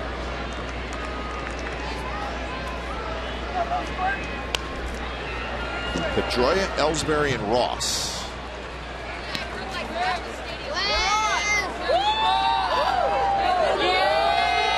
They'll sleep well tonight.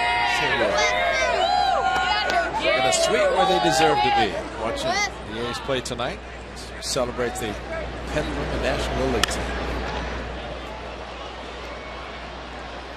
Eric Smith, a very nice young man. Just as Brandon Moss says, just living the life. Well, I think Coach Smith and his team living the life also and enjoying.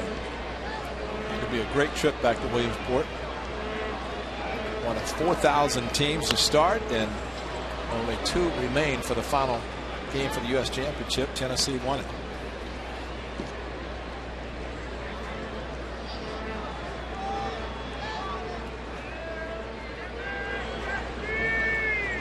Oh, 0-2 to Dustin Pedroia, who has singled and grounded out. So tonight, Ray, we celebrate the Petaluma Little Leaguers. Tomorrow night, we celebrate Terry Kaiser. Bernie. The actor who played Bernie. That's right. Terry Kaiser. Do you think Terry Kaiser 2 months ago had any idea what was going on with the Oakland Athletics? No. I don't think so. No idea. There he is. He's hiding. Peeking around the side. Oh, man. You know, he gets a call from the A's. He's like, what? That movie was a long time ago. It's back, Mr. Kaiser. It's back. Your cult hero. Pedroia rips one in the left for a hit. So Terry Kaiser, the question is he in the house tonight? Tomorrow night, he will definitely be here. He is in the house. Number 2, Jacoby Ellsbury. He's got good seats, and he's, hey. Just put your mustache on, The Bernie. guy. He's the guy. Put your mustache and do the Bernie. He is an A's fan now. He's just like in a movie. He doesn't move, does he? Now, if somebody picks him up and drags him out, then we got a real story. I mean, it's a good movie. It's funny. He deserved it. Did he win an Academy Award? He should have. I mean, to play the part that he played. Generally, you need to say something to win an Academy. No, that's not true, because there's one just won it. What an artist. That's right. Yeah. Didn't say a word. Wins it. That was a silent movie. That's the Everybody's in on it. You can't get away from it.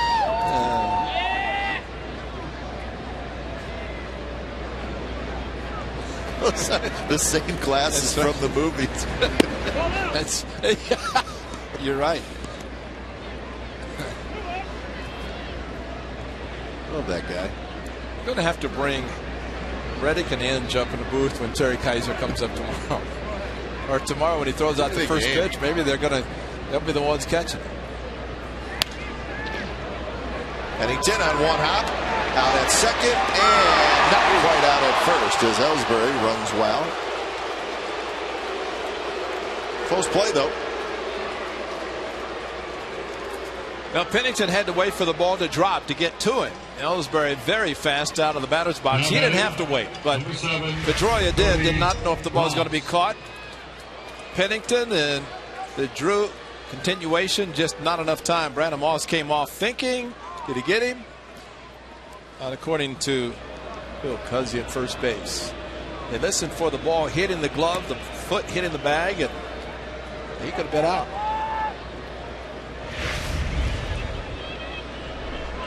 But then Brandon wouldn't have anybody to talk to.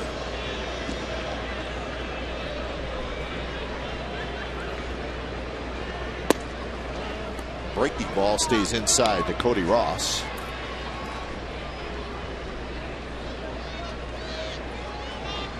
Ross has Flied out to center field twice.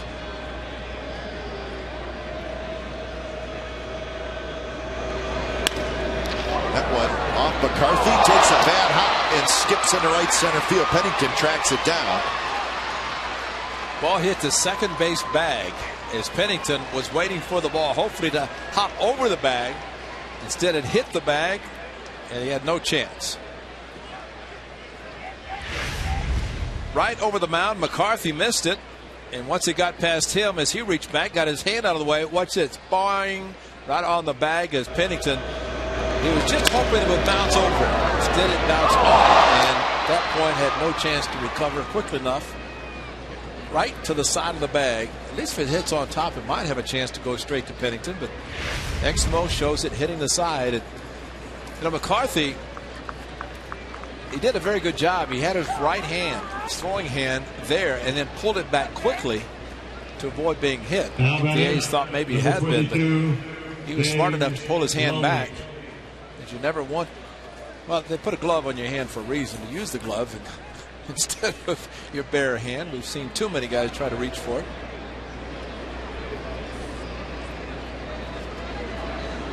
So first and third, one out for Loney.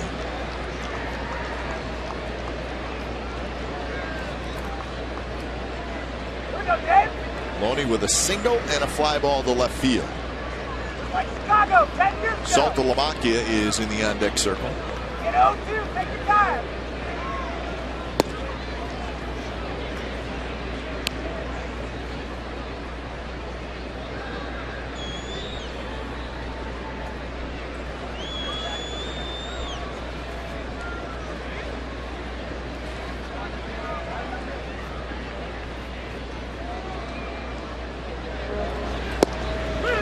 Outside corner strike, 1-1 the count. 7 years with the Dodgers for Loney. And man, that's a shock. Different league, different coast. In an organization that length of time, you just feel not comfortable to the standpoint you're not going to try to play hard and do your best, but comfortable that you're in the same organization. And mid-season, trade. Families, and thanks to Johnny Gomes, the great fundraiser, those families able to enjoy the Petaluma National League team in Williamsport. Expenses paid for. 2-2 now to Loney. Sure, always will be indebted to Johnny Gomes' effort to help raise the money started.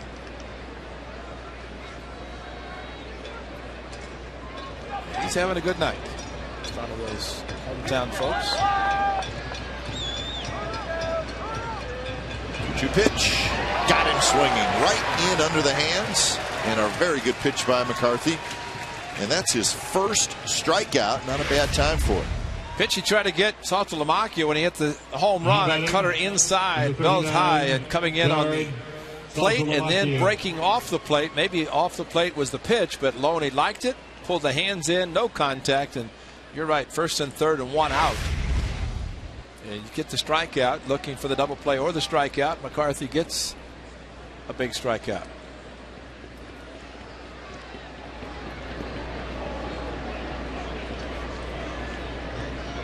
So here's Saltalamacchia. Bouncer to Moss. Yep.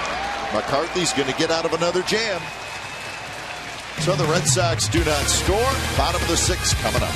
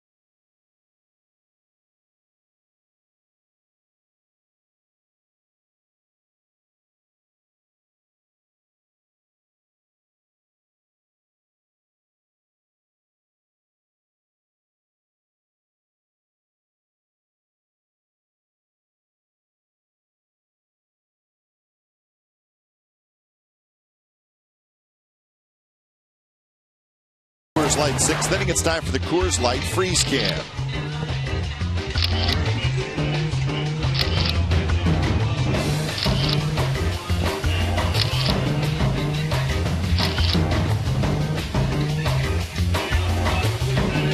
Coors Light Freeze Can is brought to you by Frost Brewed Coors Light. It's the world's most refreshing beer. 8-1, the A's lead the Red Sox, bottom of the sixth inning. The A's are looking for their 7th consecutive win. I was just seeing the team photo of the National Little League team with Johnny Gomes, Josh Reddick behind it.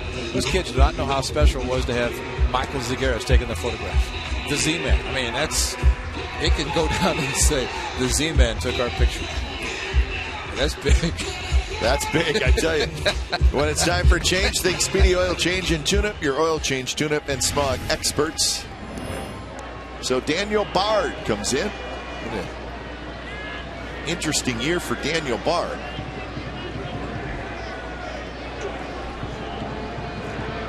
That was a terrific setup man last year, but the Red Sox decided that they wanted to make him a starter. That did not go that well, and he was sent to the minor leagues to work on it, and that didn't go that well. So very interesting, because this guy was one of the better setup men in the American League. Great arm. Very good arm. A little wild sometimes. Well, just a bit outside. But I mean, I didn't say he threw strikes. I said he got a good arm. That's right. And there's a difference. So Bard takes over here in the 6th. Sebes went in inning. Hit a batter and gave up a 2-run homer to Moss.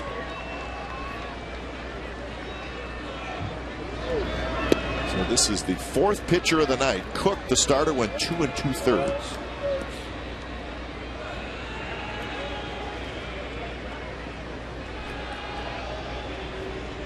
Bobby Valentine's, it seemed after Cook went short that it's just the bullpen get some work in. This one skied.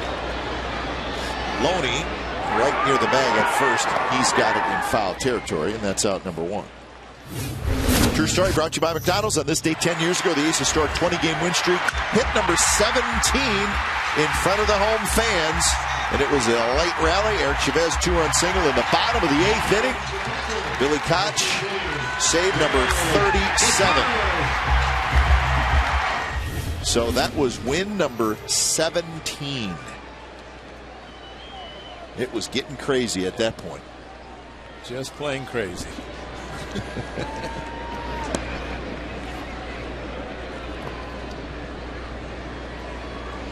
George Kataris has grounded out and struck out so far tonight. A's with 8 hits in the game. Red Sox have 7 hits.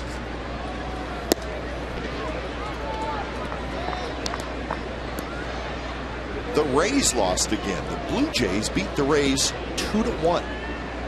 Encarnacion hit his 35th home run. Moises Sierra, who we saw play here when the Blue Jays were in town, young outfielder, he hit a home run. So the Rays, we saw them last week, and they beat the A's in the first game of that series in St. Petersburg, and they were on a pretty good roll. Then the A's won the next 2. And since then, the Rays have been struggling. In fact, they have now lost 6 of their last 7. Yeah, their pitching is too good for that to happen. But in the game, Toronto, the Rays were trying to score a tying run in the 9th inning. Sierra made a perfect throw. Yep. Great block by Mathis at the plate to end the game. High to right. Ross is back. And that baby is gone. Another homer for the A's. It's 9-1.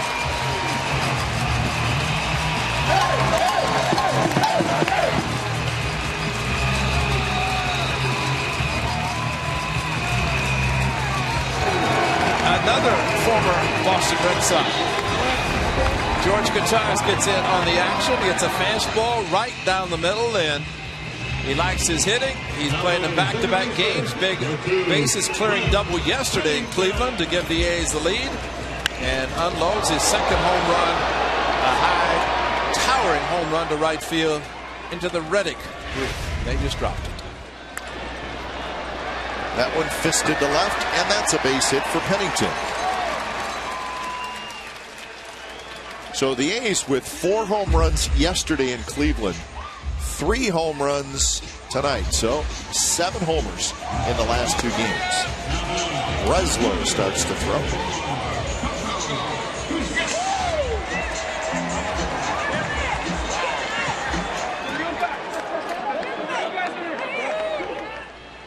Here's Coco Crisp, who is 0 for 3.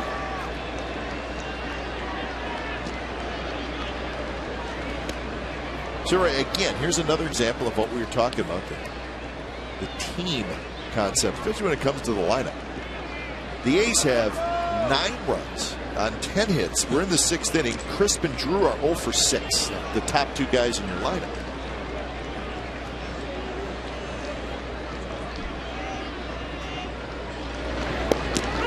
In fact, if you look at from the 5th Moss down to Pennington, they're doing all the damage.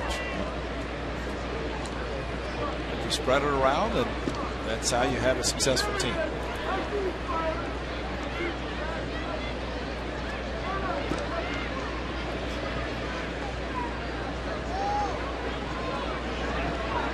Go-to pitch to Crisp, and he taps it out in front. Saltamonte picks it up and throws to first.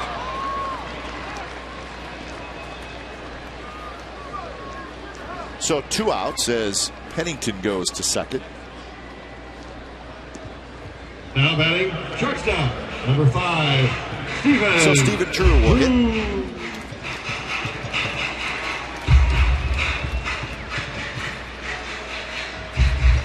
Tigers won tonight. That's a big showdown series in Detroit. Tigers 7, White Sox 4. So that's the first of a 3-game series. So a couple of big series in the American League going on. Baltimore, New York, and Tigers beating the White Sox. So the Tigers with that win now just 2 games back. That game was tied 4-4 in the 7th inning, and Delman Young hit a bases clearing double. That was the final score, 7-4. Cabrera in a home run, is 34th for the Tigers. Might be the best hitter in America. Yeah, and he's limping around right now too. In fact, he was having trouble at third base tonight. He was playing, he just was not moving well at all. But I agree with you. If I had to pinpoint the best hitter, I think it would be him. Trout may be up there, but just from other, from the resume standpoint. Just a pure hitter. You cannot pitch him any particular way. Still think back to a couple years ago when Ben Sheets was with the A's, and Cabrera had left for about 3 days to be the birth of his 2nd child. And he comes back, takes a few practice swings in the afternoon.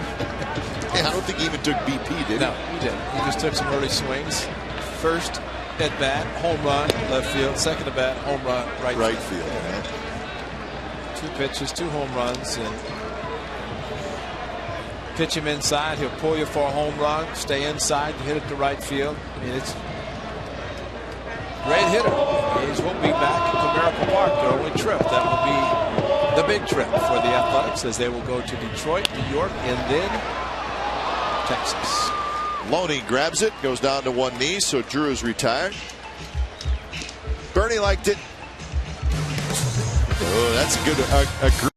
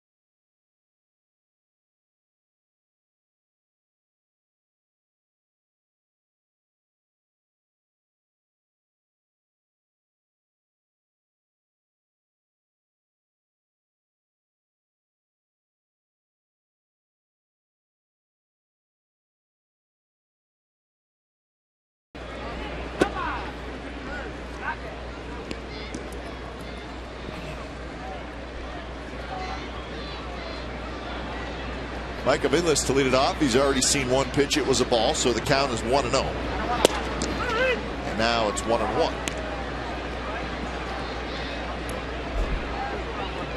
Top of the 6th in Seattle. Angels 5, Mariners 1.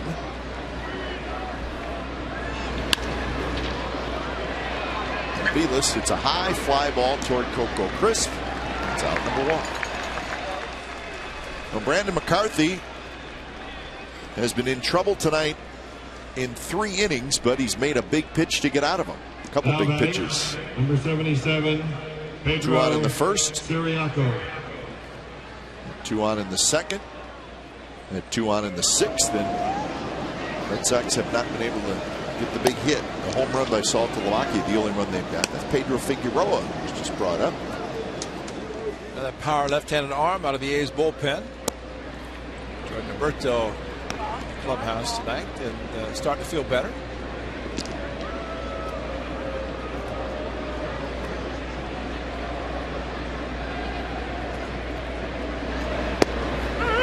One on pitch is in the first strike.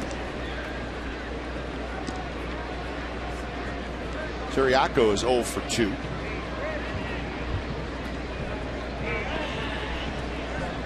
Smartest man in baseball is loosening up for the Red Sox now, formerly the Athletics. Breslow. Pennington made a nice dive for it, but could not come up with it. Siriaco has a base hit. So Figueroa brought up today. Jim Miller option to Stockton. Now there's a pretty good chance Miller, when the rosters expand tomorrow, he'll be back up soon. That's kind of what it sounded like. He might not even leave Oakland. He may be watching our game right now. They did a good job yesterday closing out the game. 2+ innings in Cleveland. And sometimes when that happens, a reliever is not going to be able to pitch for a couple of days and get another arm in, and Figueroa was brought up. And you're right, Cap, expanding the rosters tomorrow to 40. The A's Sacramento clubs in the playoffs, as they won the division again. They just keep winning. They ought to just give them the trophy like at the beginning of it, because they win every year.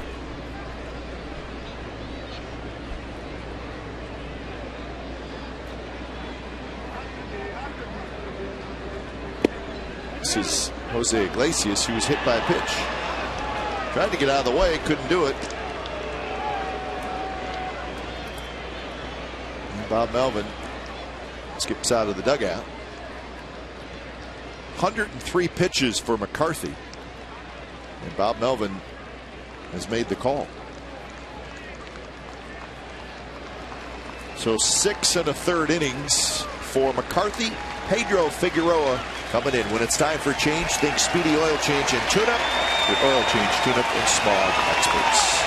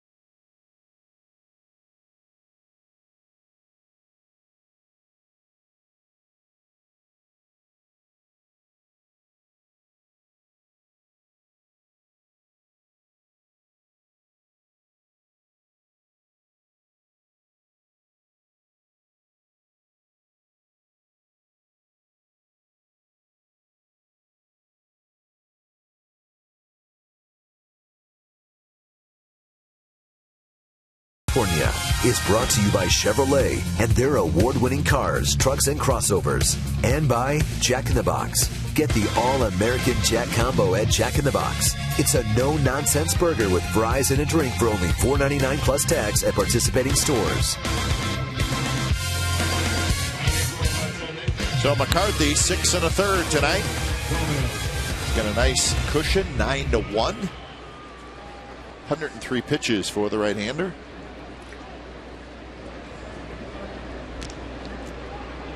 So he leaves with 2 on, 1 out, and the top of the order, Scott Podsednik, but this is not Scott Podsednik. Mauro Gomez in the first pitch to the backstop, bounces right back to Gutierrez. If he throws the third, he's got it. Yako was, of course, going on the wild pitch, and Gutierrez had the ball come right back to him. If he had thrown immediately, look at it's a great shot. Watch the ball come back and look where the runner is going to third base. And you just don't expect it as a catcher to come right back to you, and it did. And George looked both places and figured there's no chance. So first pitch by Figueroa, a wild. So the pinch hitter is Mauro Gomez.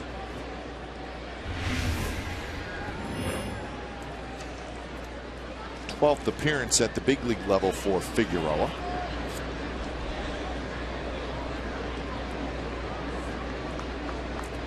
This is his 5th stint with the Athletics this year, so he knows the trip. He knows the way from Sacramento. He knows the trip.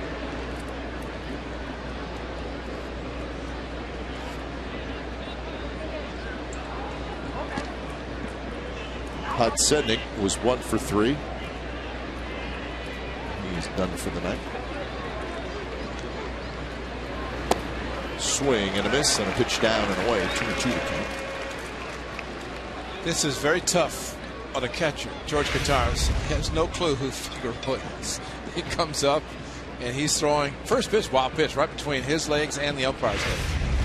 But you get 8 pitches to see what the guy throws.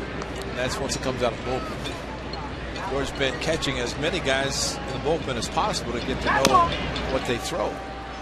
That one is a fair ball. The throw to first in time. Run comes in to score. But a heck of a play by Donaldson. I think some people were surprised that it was called fair. So Gomez grounds out. He will get an RBI. But Donaldson did the best thing as he came down the line. He threw the ball figuring if it's fair, that's fine. If not, okay. And it's called fair, and he makes a perfect throw. And I don't even know if he knew where he was throwing the ball. Just came up, threw over the pitcher, Figueroa, who was right in the middle of the diamond. But what a play by Josh Donaldson. So here's Pedroia, who takes a strike. So a run on the board for the Red Sox here in the 7th. It's now 9-2.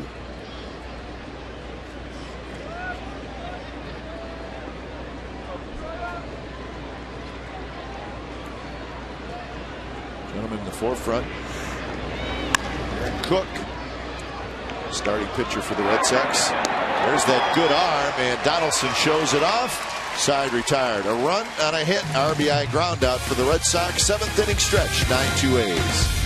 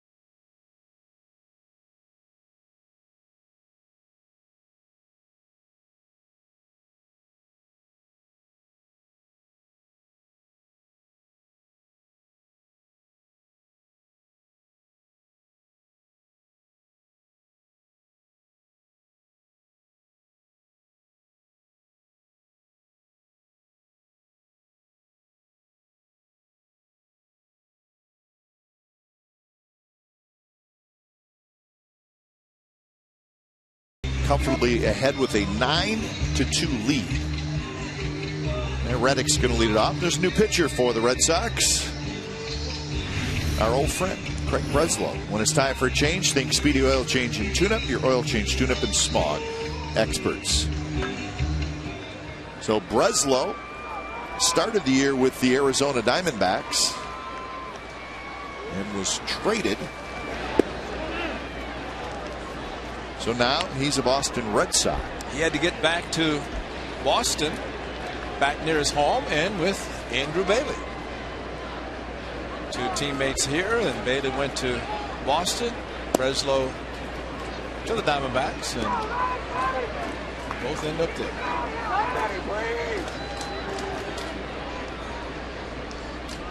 Siriaco goes to left field.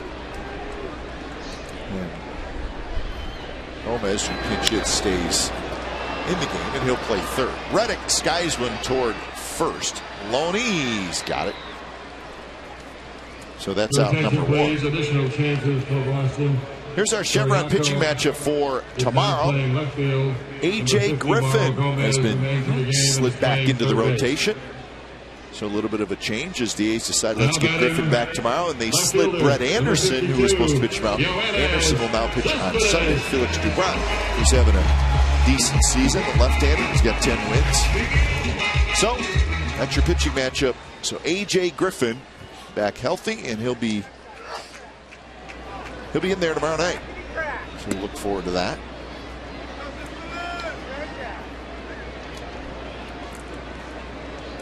Couple of runs scored tonight for Cespedes.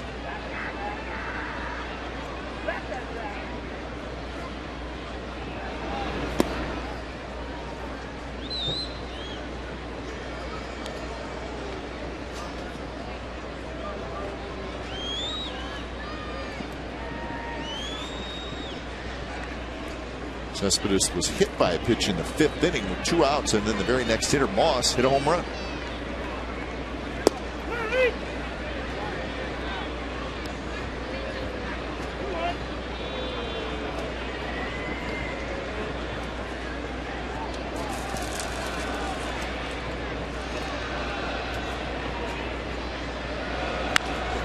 That's drilled in the left field, and that's a base hit.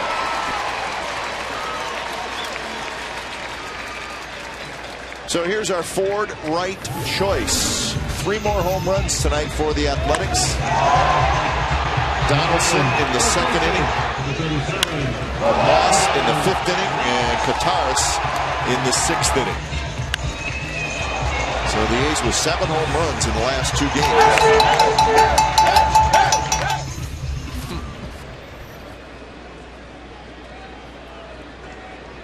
And Moss steps in. He's having a huge night.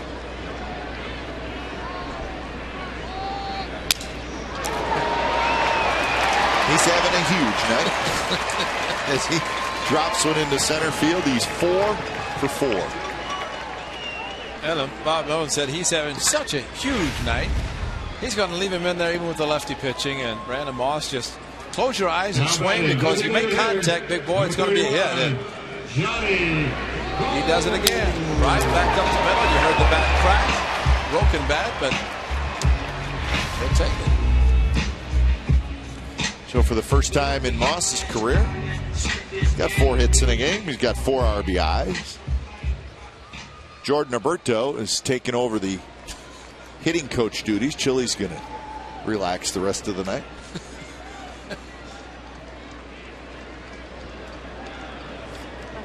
A couple of hits for Johnny Gomes and a couple of RBIs.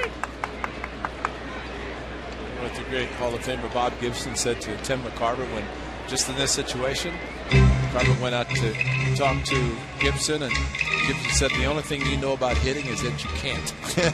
Thank you very much.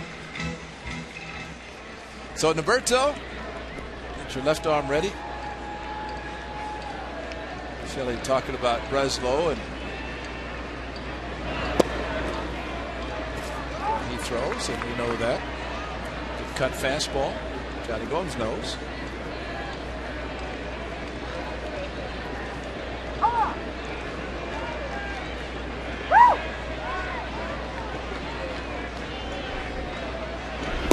That's low. Rangers won their game tonight. They beat the Indians 5-3 in Cleveland. Adrian Beltre is so hot. He may be inching his way into the MVP chat. Who knows? He was 4 for 5 tonight. Ryan Dempster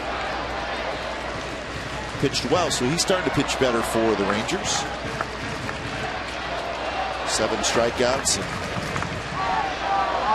1 unearned run in 6 innings for Dempster. So the struggling Indians lose again.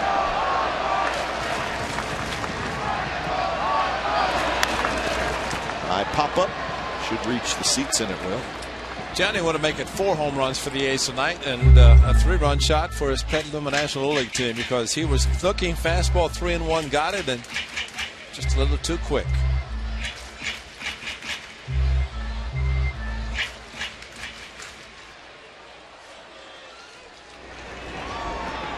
So full count. Cespedes at second, Moss at first.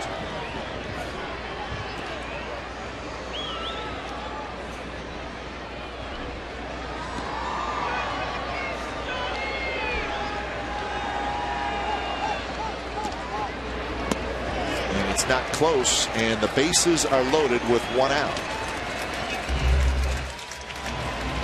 So Gomes is aboard for the 3rd time.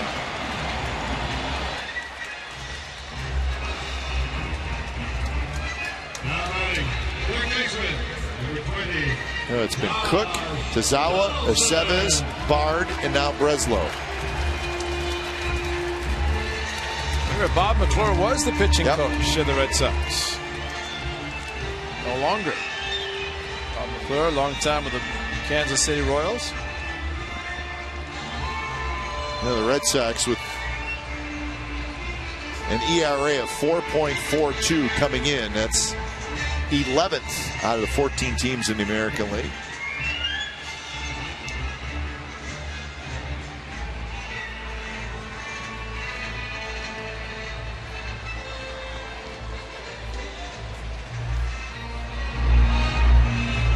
It's hard to believe, Ray, you think about it. The Red Sox are on their way to missing the postseason for the 3rd consecutive year.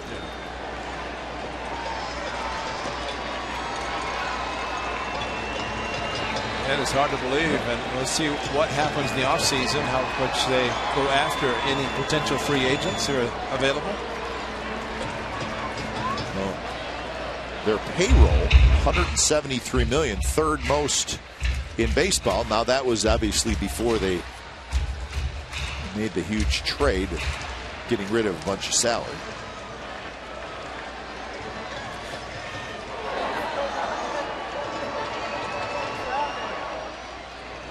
To Donaldson, and a good swing, and the count is 1-1. Donaldson with a 2-run homer in the 3rd. He's homered in 3 consecutive games. Yesterday in Cleveland, late in the game, he had a kind of a high line drive and a very high wall in left field in Cleveland, 19 feet high, and it just got over the top of the wall.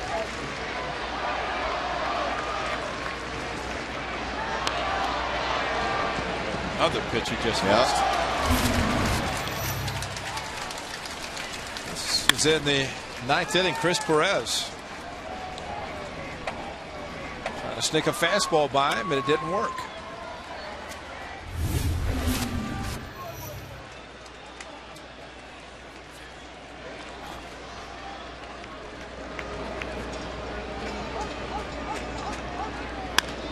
That one bounced to 3rd. Gomez kicks it around. Everybody's safe. Run scores. It's 10-2.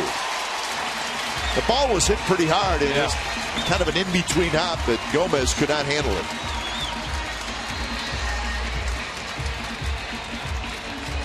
E5, it's called. RBI, though. You can't assume a double play. It was hard hit, though. You're right. And to have the hop that Gomez got was not an easy one. Siriaco just happened to be moved to the outfield instead of that, having handled that play.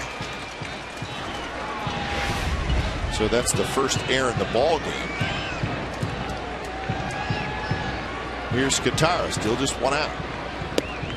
Fastball, swing and miss.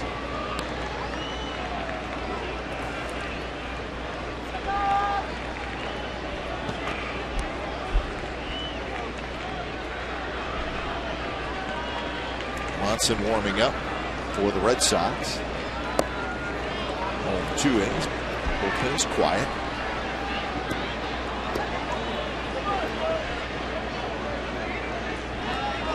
I said Figueroa's going to have a pretty good chance to finish this himself, depending on the pitch count. But fresh arm, especially after yesterday.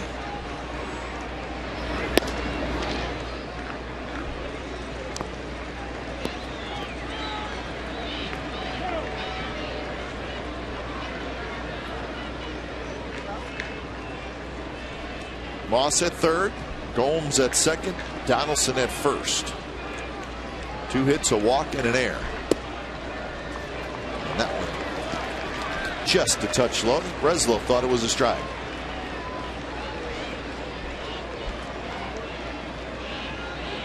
He's one of the nicer players that I've met. I'm sure you feel the same way. Craig Breslow.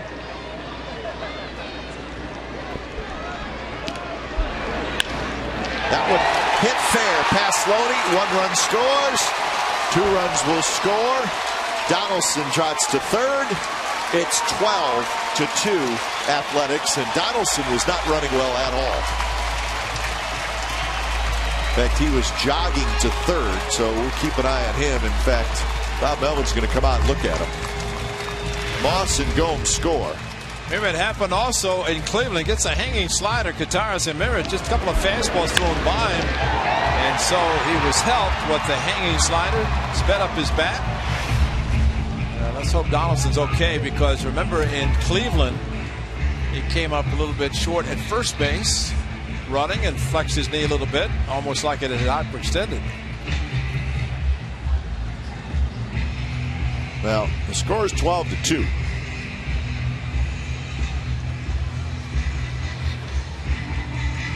So we got a pitching change.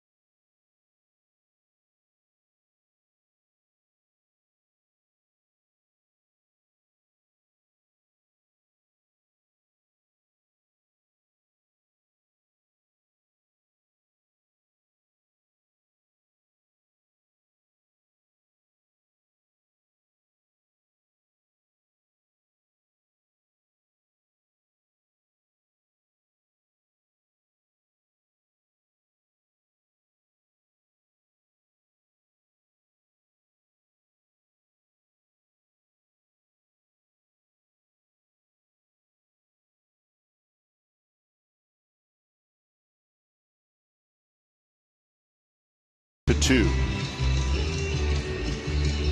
12-2. And Adam Rosales comes in the game for Donaldson. Now watch Donaldson right around when he hits second base. Right a little bit before second base. So when we get a report on Donaldson, we will pass it on.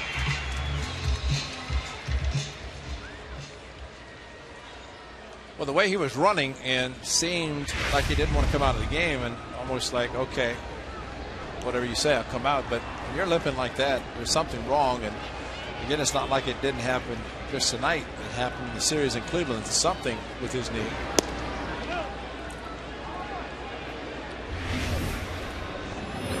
So another pitcher for the Red Sox, Melanson.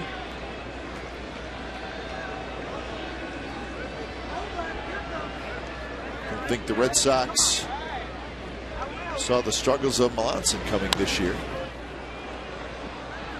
Well, the way the A's are going tonight, I'm surprised that ball didn't hit a clot. hit the clump of dirt and go fair.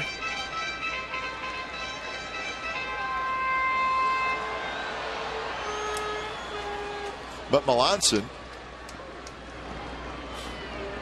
last year, had a good year with the Houston Astros. He had 20 saves. He had an ERA of 2.78. He won 8 games and pitched in 71. That's a pretty good year out of the bullpen. The Red Sox got him in a trade. And he has not been good. And this one's ripped to right field, and that one is off the top of the wall. Rosales will score. Guitars to third. Pennington sliding double. It's 13-2. Pennington has 2 hits. Pennington about a foot away from another home run that had one yesterday, a 2-run shot, and came also close on this one. Fastball, great swing. So his second hand, look how close this ball comes going out of the park. Right at the top, played off the wall by Ross, but he almost got to watch it clear the fence. So Pennington with another double.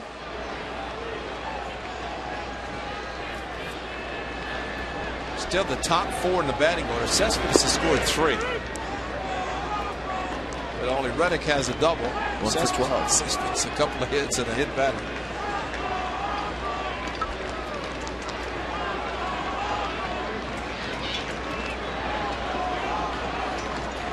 Coco has grounded out 3 times and hit a fly ball to left field. 1-1 count. It's only the 7th inning. 13 runs, 14 hits for the Athletics.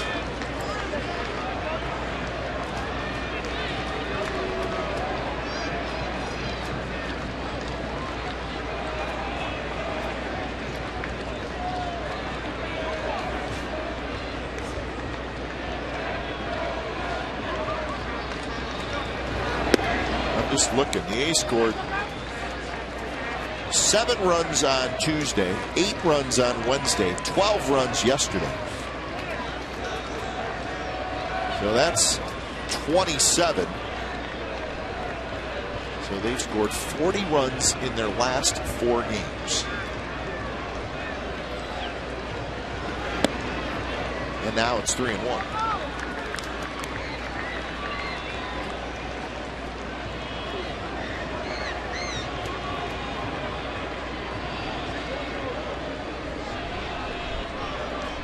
Breslow, hurt by an error, goes a third of an inning.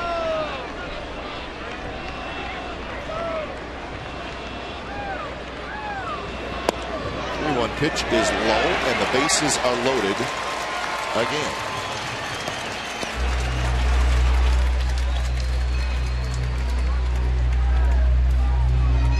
So Kataris at third, Pennington at second, Crisp at first for Stephen Drew. A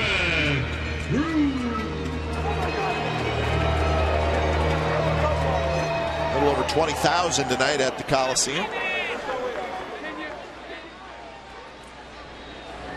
Red Sox still looking for the double play ground ball. They thought they had one off the bat of Reddick. Or off the bat of... Did hit that one way back when. That was Donaldson. Yep. That worked out. Hit the ball. If he did something trying to hustle down to first base.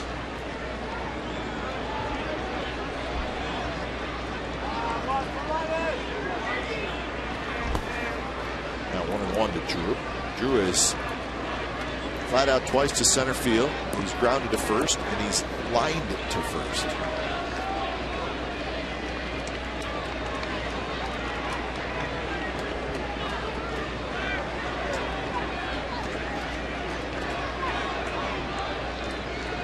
So RBI's out there for Stephen Drew.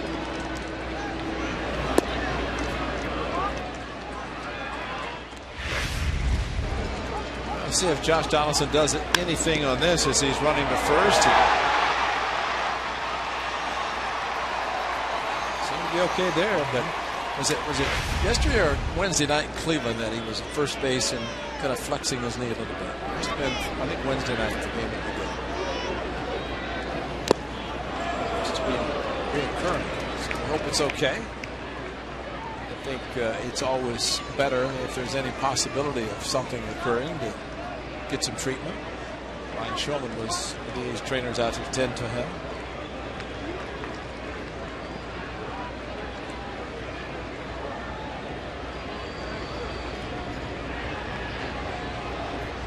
Two and two to Drew.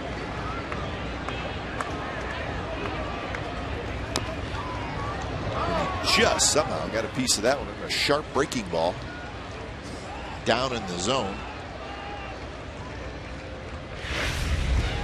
Just protecting with a couple of strikes, and that's all he could do, considering a pitch that might have been out of the strike zone. They want to take a chance.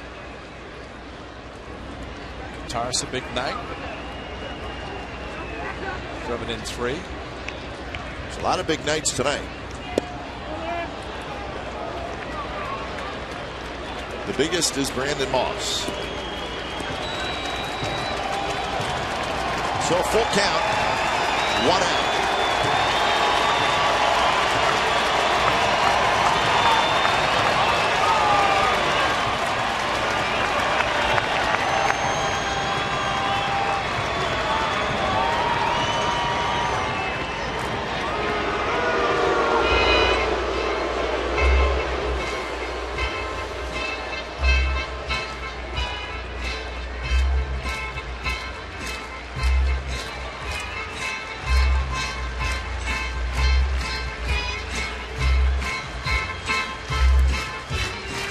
They were talking about, I don't know.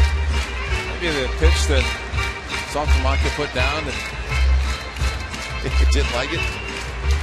I guess they wanted to talk about it.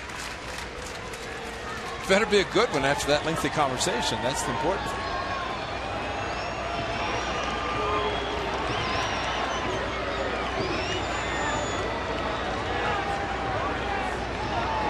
3-2 pitch is sliced foul.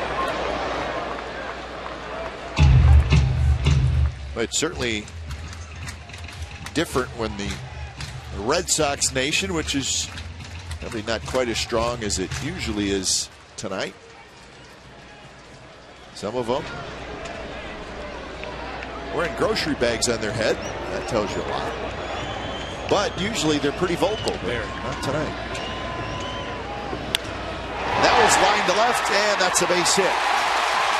1 run will score. Everybody moves up 90 feet, and it's 14-2.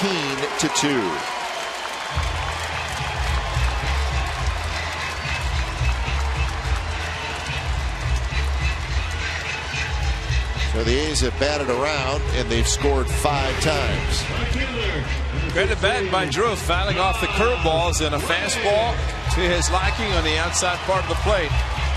Thing that we have seen in Stephen Drew since being acquired from the Diamondbacks is he uses the whole field. Rocco was playing third base, moved to left field, the ball dropped in front of him, but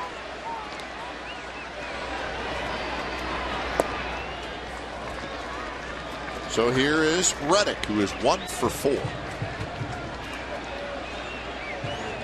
So that's Drew's second RBI as an Athletic.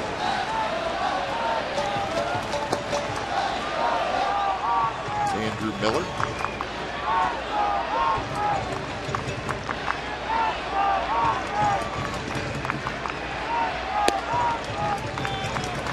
You start thinking which position player would have the best stuff for the Red Sox. We've already had a position player pitch against the Athletics this year.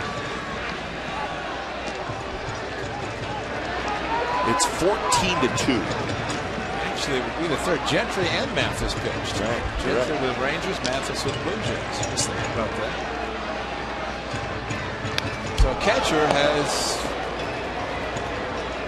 the best over-the-top 4-seamer. Batting practice pitcher, not what you're looking for.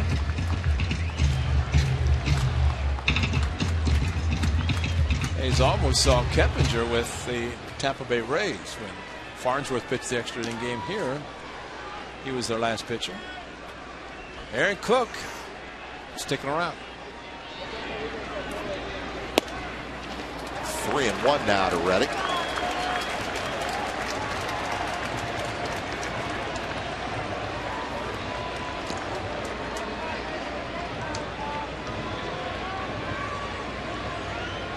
Boston Bruin fan came out with a jersey tonight to proudly support the local team.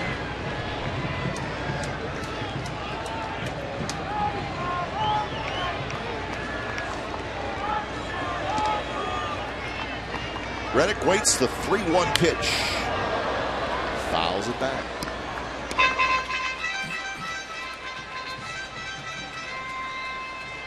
Pennington now at third.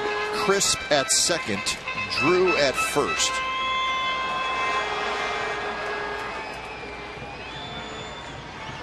There have been 2 1-2-3 innings tonight by the Red Sox.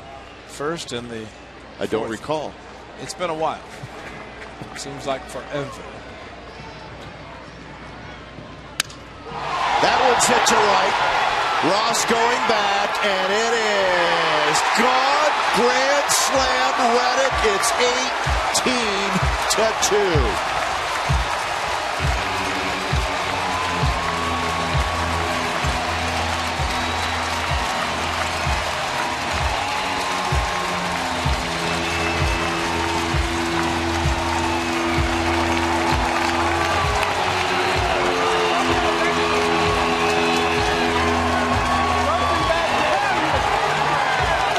As we have said, curveball, when you think you're going to fool Josh Reddick with a 3-2 curveball, you don't. So he must have heard us talking about the top part of the batting order. So he decided to add on his first, the A's fourth of the season. Inge twice, Gomes, Minnesota, and now Josh Reddick. 9 runs in the bottom of the 7th inning. Wow. For Reddick now with 28 homers and 73 RBIs. First career grand slam for Reddick.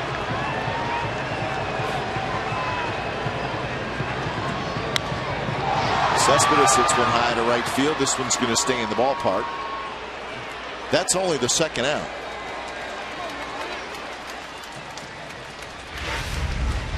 Well, Bernie's got to be happy tonight watching the Bernie guys, the Bernie boys. Josh Reddick all over the hanging curveball. He knew it was gone. Sounded great off his bat and just continued to carry. So the 4th home run tonight, and it is the big one right into the boys in right field.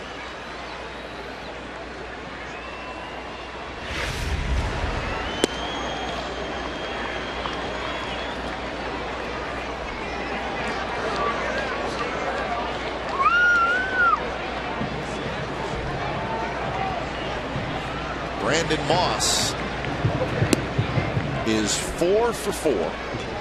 2 doubles, a homer, 4 RBIs, and 4 runs scored.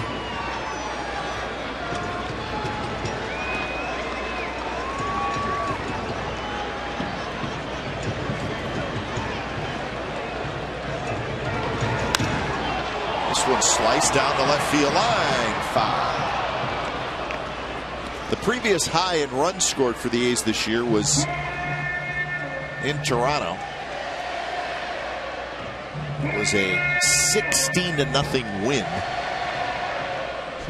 on July 25th. Again in Toronto. Tonight an 18 spot. Saw those numbers when Brandon McCarthy gets 4 more runs. But a lot more than that.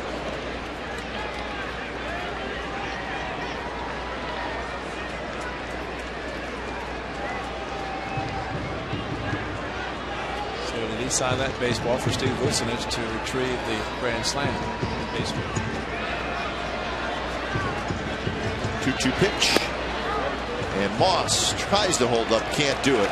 And the inning is over. Major, and I mean major, damage done by the Athletics. They scored 9 times, including a grand slam by Reddick. 8th inning coming up, 18-2.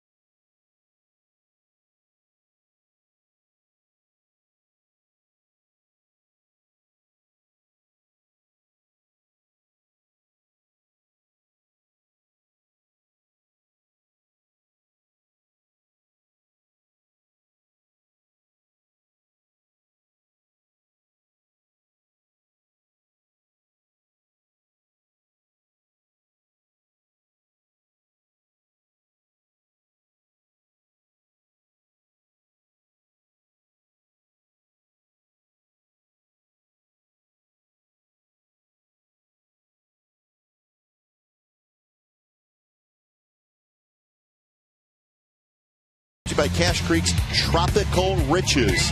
Win cash and prizes daily through September 3rd. Visit CacheCreek.com for details. What a night here at the Coliseum. It started with the Petaluma Little Leaguers shagging fly balls before the game. They went out, took the positions with the Athletics for the national anthem. And it's gotten even better from there with the A's scoring 18 times. That's right, folks, 18 times.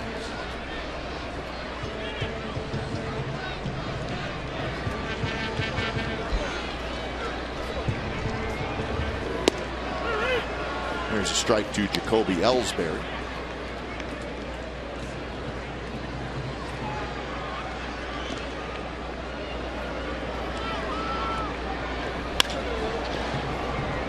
Pennington dives, he's got it, and it pops out of his glove as he went to make the throw.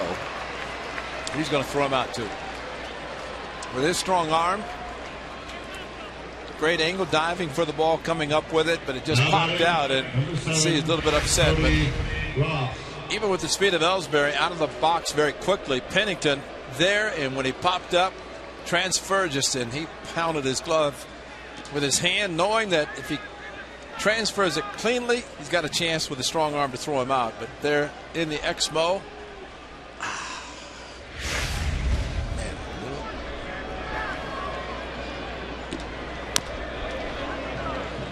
So here's Cody Ross. It'll be a single for Ellsbury.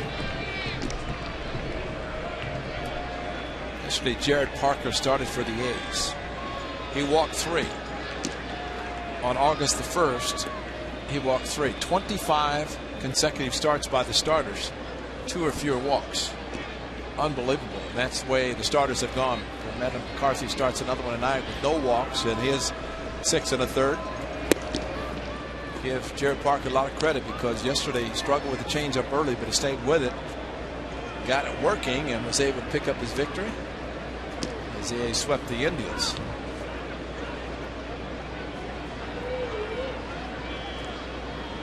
It's 5 innings. He had the 3 walks, but the club scored him a lot of runs.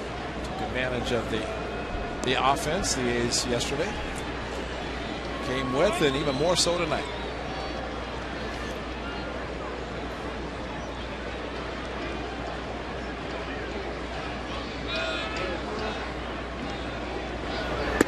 Fastball is high. 3-1. Loney on deck.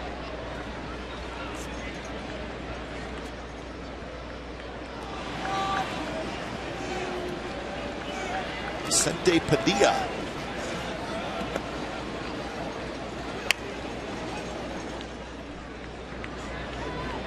Angels leading the Mariners 6-1, top of the 8th inning.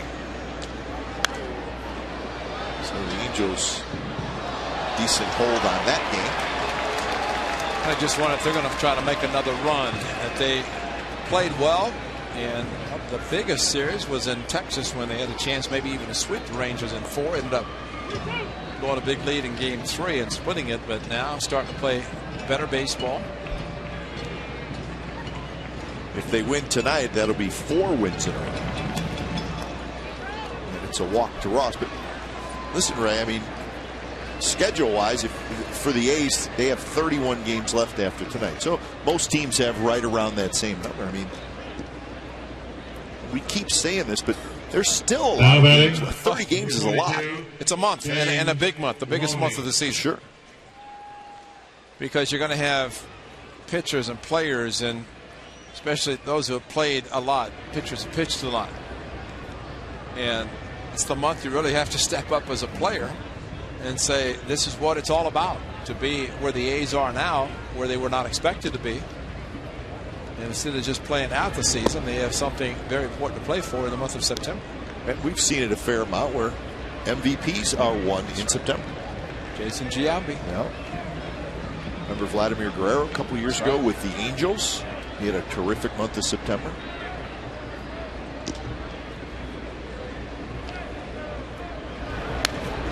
Loney fouls it back. 1-1 the count. But indeed, tomorrow is September 1st. He's right now 17-10 in the month of August. So they have followed up the awesome month of July with a very, very good month of August. Win tonight, that's 37 wins in 2 months. You win 14 or 15 games a month, that's pretty good. 15 is 90. Yep. Right, 15 wins a month. May not good, but June better. July off the charts. In August, terrific. First 2 months under 500, 21-28.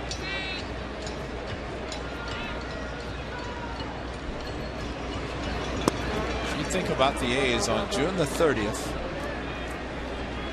13 behind the Rangers, and figuring get off to a bad start in the month of July, you're out of the race. No chance. A couple of kids, A.J. Griffin pitching tomorrow night. Chris Carter up from AAA. Just been the season so far. Drew backs up, steps on the bag, throws to first, a double play. Nicely done by Stephen Drew. Friday, September the 14th is Star Wars Fireworks Night, presented by Kelly-Moore Paint. Special field level tickets include a limited edition A's and Star Wars t-shirt featuring Yoda and visits from Star Wars characters. The post-game fireworks will be set to the music of Star Wars. $1 from each special ticket will go to Stand Up for Cancer. Buy your tickets at oaklandathletics.com/Star Wars. Is that Yoda? Oh yeah, Yoda. Only one Yoda.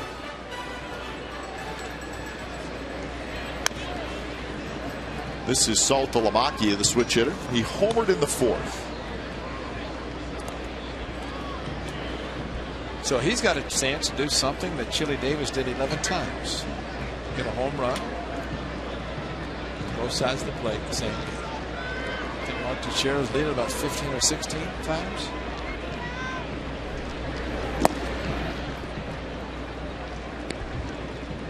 Swisher's done it a few times. Yes, he has. Did it with the A's. It's going to happen with Nick Swisher. Free agent? He'll be right back with the A's. Thanks. I don't think they would even consider letting him go. I mean, he'll have his choice. He'd be a free agent, but I think he likes it New York. See what happened in Cleveland whenever they do that hang on Sloopy Ohio. Oh, yeah. And he's in the outfield doing the Ohio because he's went to Ohio State. Sure, so he knows. He's a Buckeye. He's out in right field doing Yep. Every 8th inning they do it. What do they do in the 8th inning here? We'll find out in just a moment. Careful, there's cameras all around, Ray. I'm just going to sit here. Matter of fact, I may even leave the booth.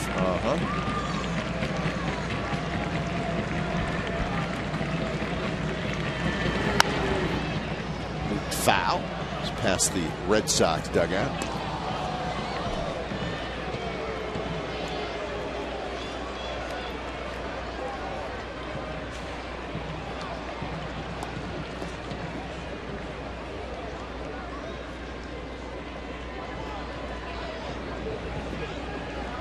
The runner at third is Ellsbury. He led off this 8th inning with a single.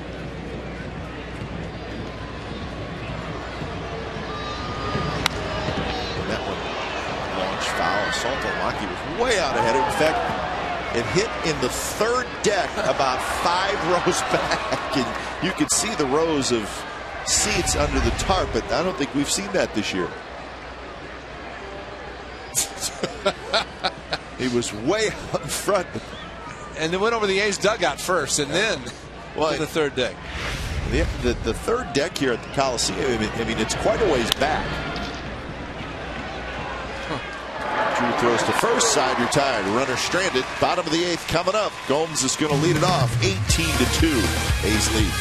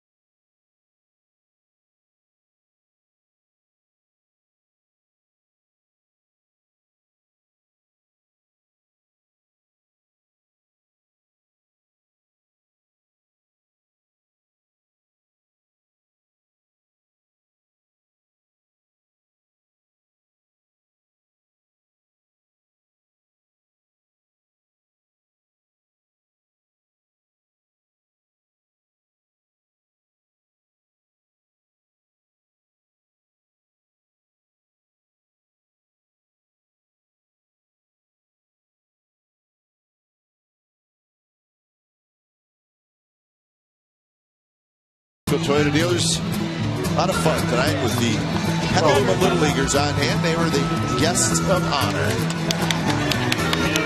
And they had a leader tonight, and that was Johnny Gomes. Again, congratulations to those youngsters. They did the Bay Area proud, indeed. Oh, the fans standing and cheering as they walked up, and they're in the suite enjoying this game tonight. How could you not? 9 runs, 7th inning for the Athletics. They lead 18-2. With 16 hits, they've hit 4 home runs for the 2nd game in a row. So A's have hit a lot of home runs in the last 3 months. The youngsters still hanging in there, family members. It's been a good night. A good night for everybody. First pitch to Gomes is popped up.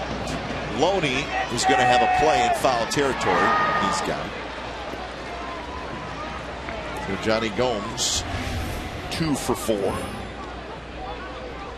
So Vicente Padilla comes in his 47th game. Padilla strictly out of the bullpen for the Red Sox.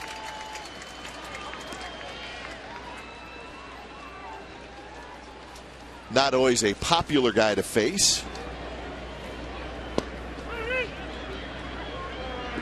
A little bit of a reputation, as we like to say.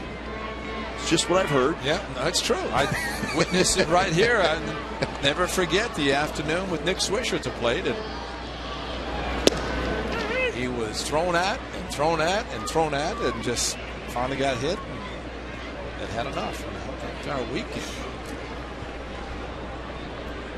So I'm not off base. You are right on base, right there. Whatever base you want to be on, you're on it.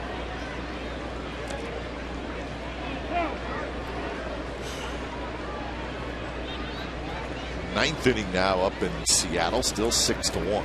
Angels lead.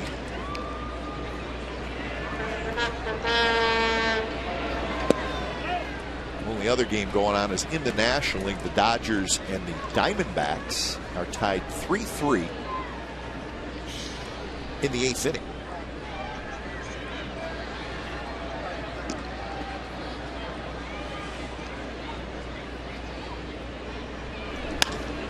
There's a line drive, fair. Rosales is going to try for 2, and he's going to make it. So Adam Rosales, his first at bat after pinch running in the 7th inning. It's a double. Time now for the AT&T reverse replay. Brandon Moss, second deck, a former Boston Red Sox. And so what does another teammate, Josh Reddick, do? He hits a grand slam.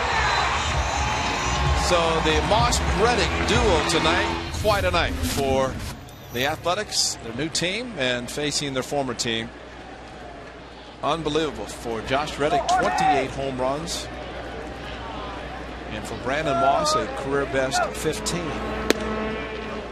And as he said, enjoying life. 57 runs scored in the last 7 games for the A's.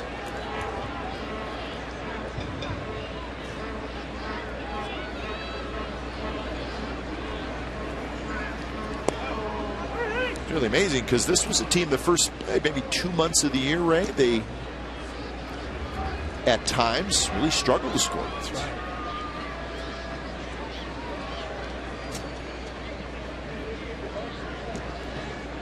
But it was basically some of the guys were struggling, and you figured that they would get back to where they're supposed to be. Kataris drives one to right, and that baby's gone. Make it 20-2. Oh, by the way, another former Red Sox player. He's driven in 5.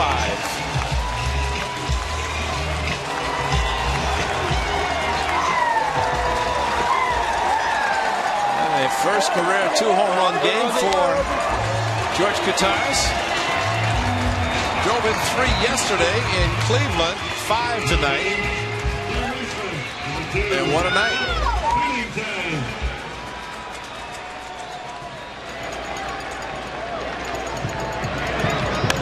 Big curveball. That's the way it's going tonight. He throws the eephus pitch, and Pennington probably had an idea he was going to get it, stayed back, and did exactly what you're supposed to do, hit it to right field. And usually hitters take this pitch. He just flips it up. It's eephus, but Pennington, he likes slow pitch softball. Because he stayed back perfectly on it and shot it to left field. Hey, who's that guy? Bernie. Bernie's good luck.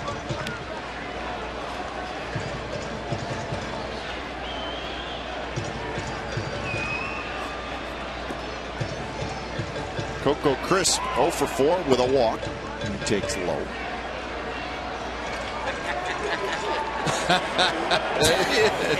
You believe this? You believe this? Ridiculous. Poor Bernie. Bernie, right. He's an A's fan now.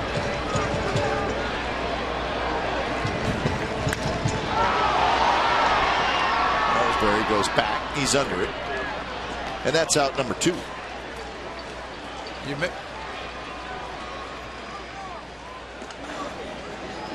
Evan Scribner getting loose to come in to pitch the 9th inning.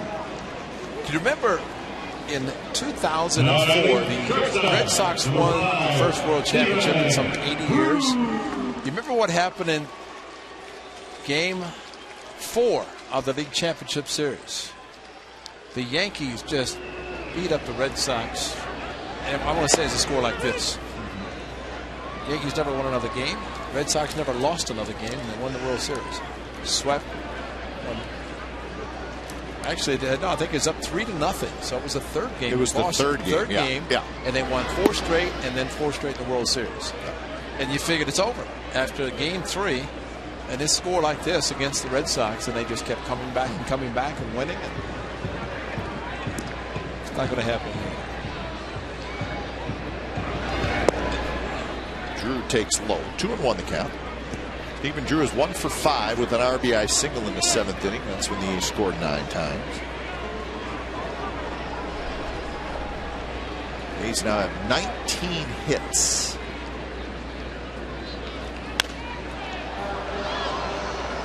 Foul ball.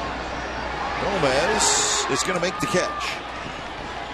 Side retired, 2 more runs. George Kataris, his 2nd home run of the game. So it's 20-2 as we head to the 9th.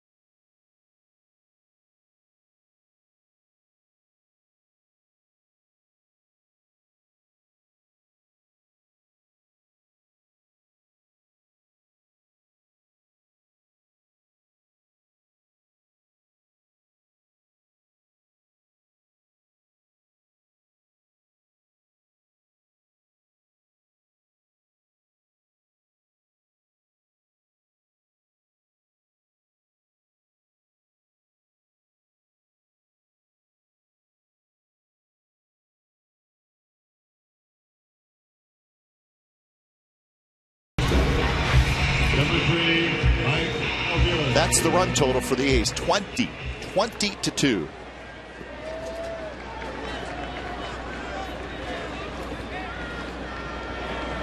So it's Evan Scribner who comes in.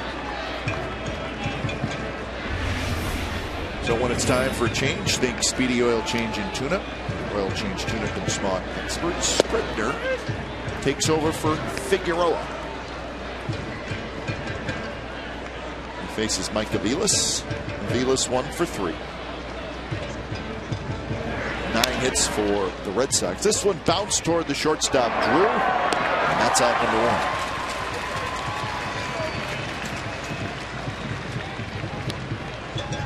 Fourth time in A's history, Oakland A's history. Number 77, Pedro. The A's have scored 20 runs or more in a game.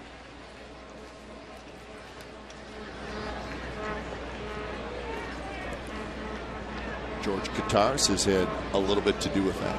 He's had a lot to do with it.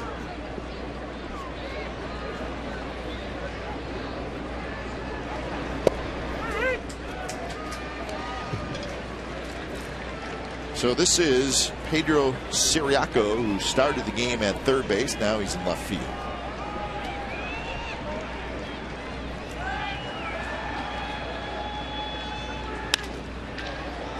Loops one, right field, but it's just foul.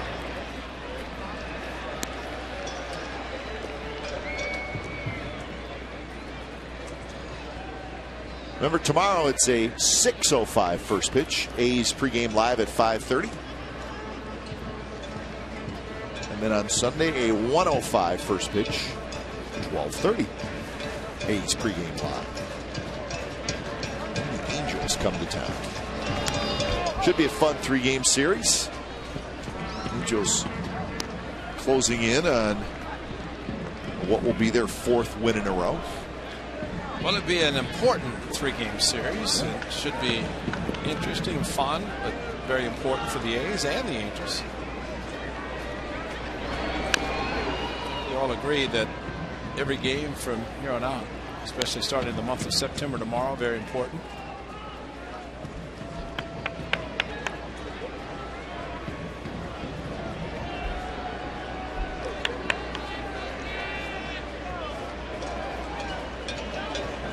Oh-2 pitch. Bounce slowly, foul. We certainly talk about it a lot. How much does the schedule matter? There's always a couple teams that do some damage to postseason open. Kansas City Royals right now. Kansas City Royals are playing great. Yeah. Nobody wants to play them. That's right. You know? National League, the San Diego Padres are playing great. I mean, these teams are out of it, but when they're out of it, it's just a question if they want to play or they just want to get through the season. And most clubs in those situations want to show what they can do and be spoilers. So Rosales takes care of Siriaco. 2 outs. Make sure you join us. A's post game live coming up. The A-Team. It'll be a radio and TV simulcast of all 4 broadcasters: Ken Korak, Vince Cotroneo, Ray Fosse, and myself. We're going to get together to talk about tonight's game. It's the A-Team, and it's coming up after the game on A's post game live and also on 95.7 The Game. So those guys jotting down their notes. Kataris near the seats. Got it. Ball game. So Scribner gets 3 outs, and the A's win it big time. Johnny Gomes, first one out. And the A's just put a beating, and I mean a beating, on the Boston Red Sox tonight. The final score, 20-2.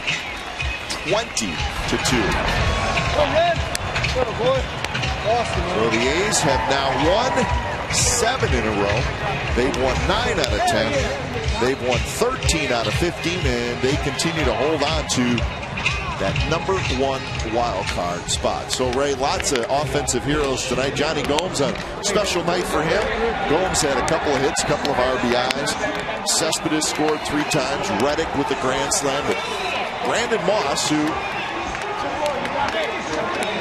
is sitting behind Chris Carter a little bit now. Carter becoming the regular first baseman, but Moss was unbelievable. 4 for 5, and he knocked in 4. So, you know, I think you look at Chris Carter, been playing a lot and maybe some time off, but I kind of like what Bob Melvin did, and whether it was intentional or not, when you put players in a lineup who have played against or with the team that you're playing. You know, there's that something, a little special effort that maybe you want to put in when you're playing against a team that had you. And in the case tonight, a lot of former Red Sox players, 3 of them in particular, hit home runs and had big nights, including Reddick, Kataris, and Brandon Moss. So it's just a case right now, Ray, and let's hope it continues for another month. But the A's can just, they can do no wrong. I mean, they hit the ball hard most of the time. When they don't, balls are falling in. It's a great role to be on. Just hope it lasts as long as maybe another 31 games. And let's remember, too, Brandon McCarthy hits in the first 2 innings. 2 hits, runners on base, 1 hit by the Red Sox. Could have been a little bit different story, but our guest tonight really made a big difference. Indeed, that would be Brandon Moss. 4 hits, 4 RBIs. And Brandon, I can't hear him. Can you hear us all right? Can you hear us upstairs, Brandon? There we go. All right. So this may be a silly question, but is this the best big league game that you've ever had? For sure, yeah. I don't think I'd ever had 4 hits in a game. That's right, you haven't. That's definitely a good game.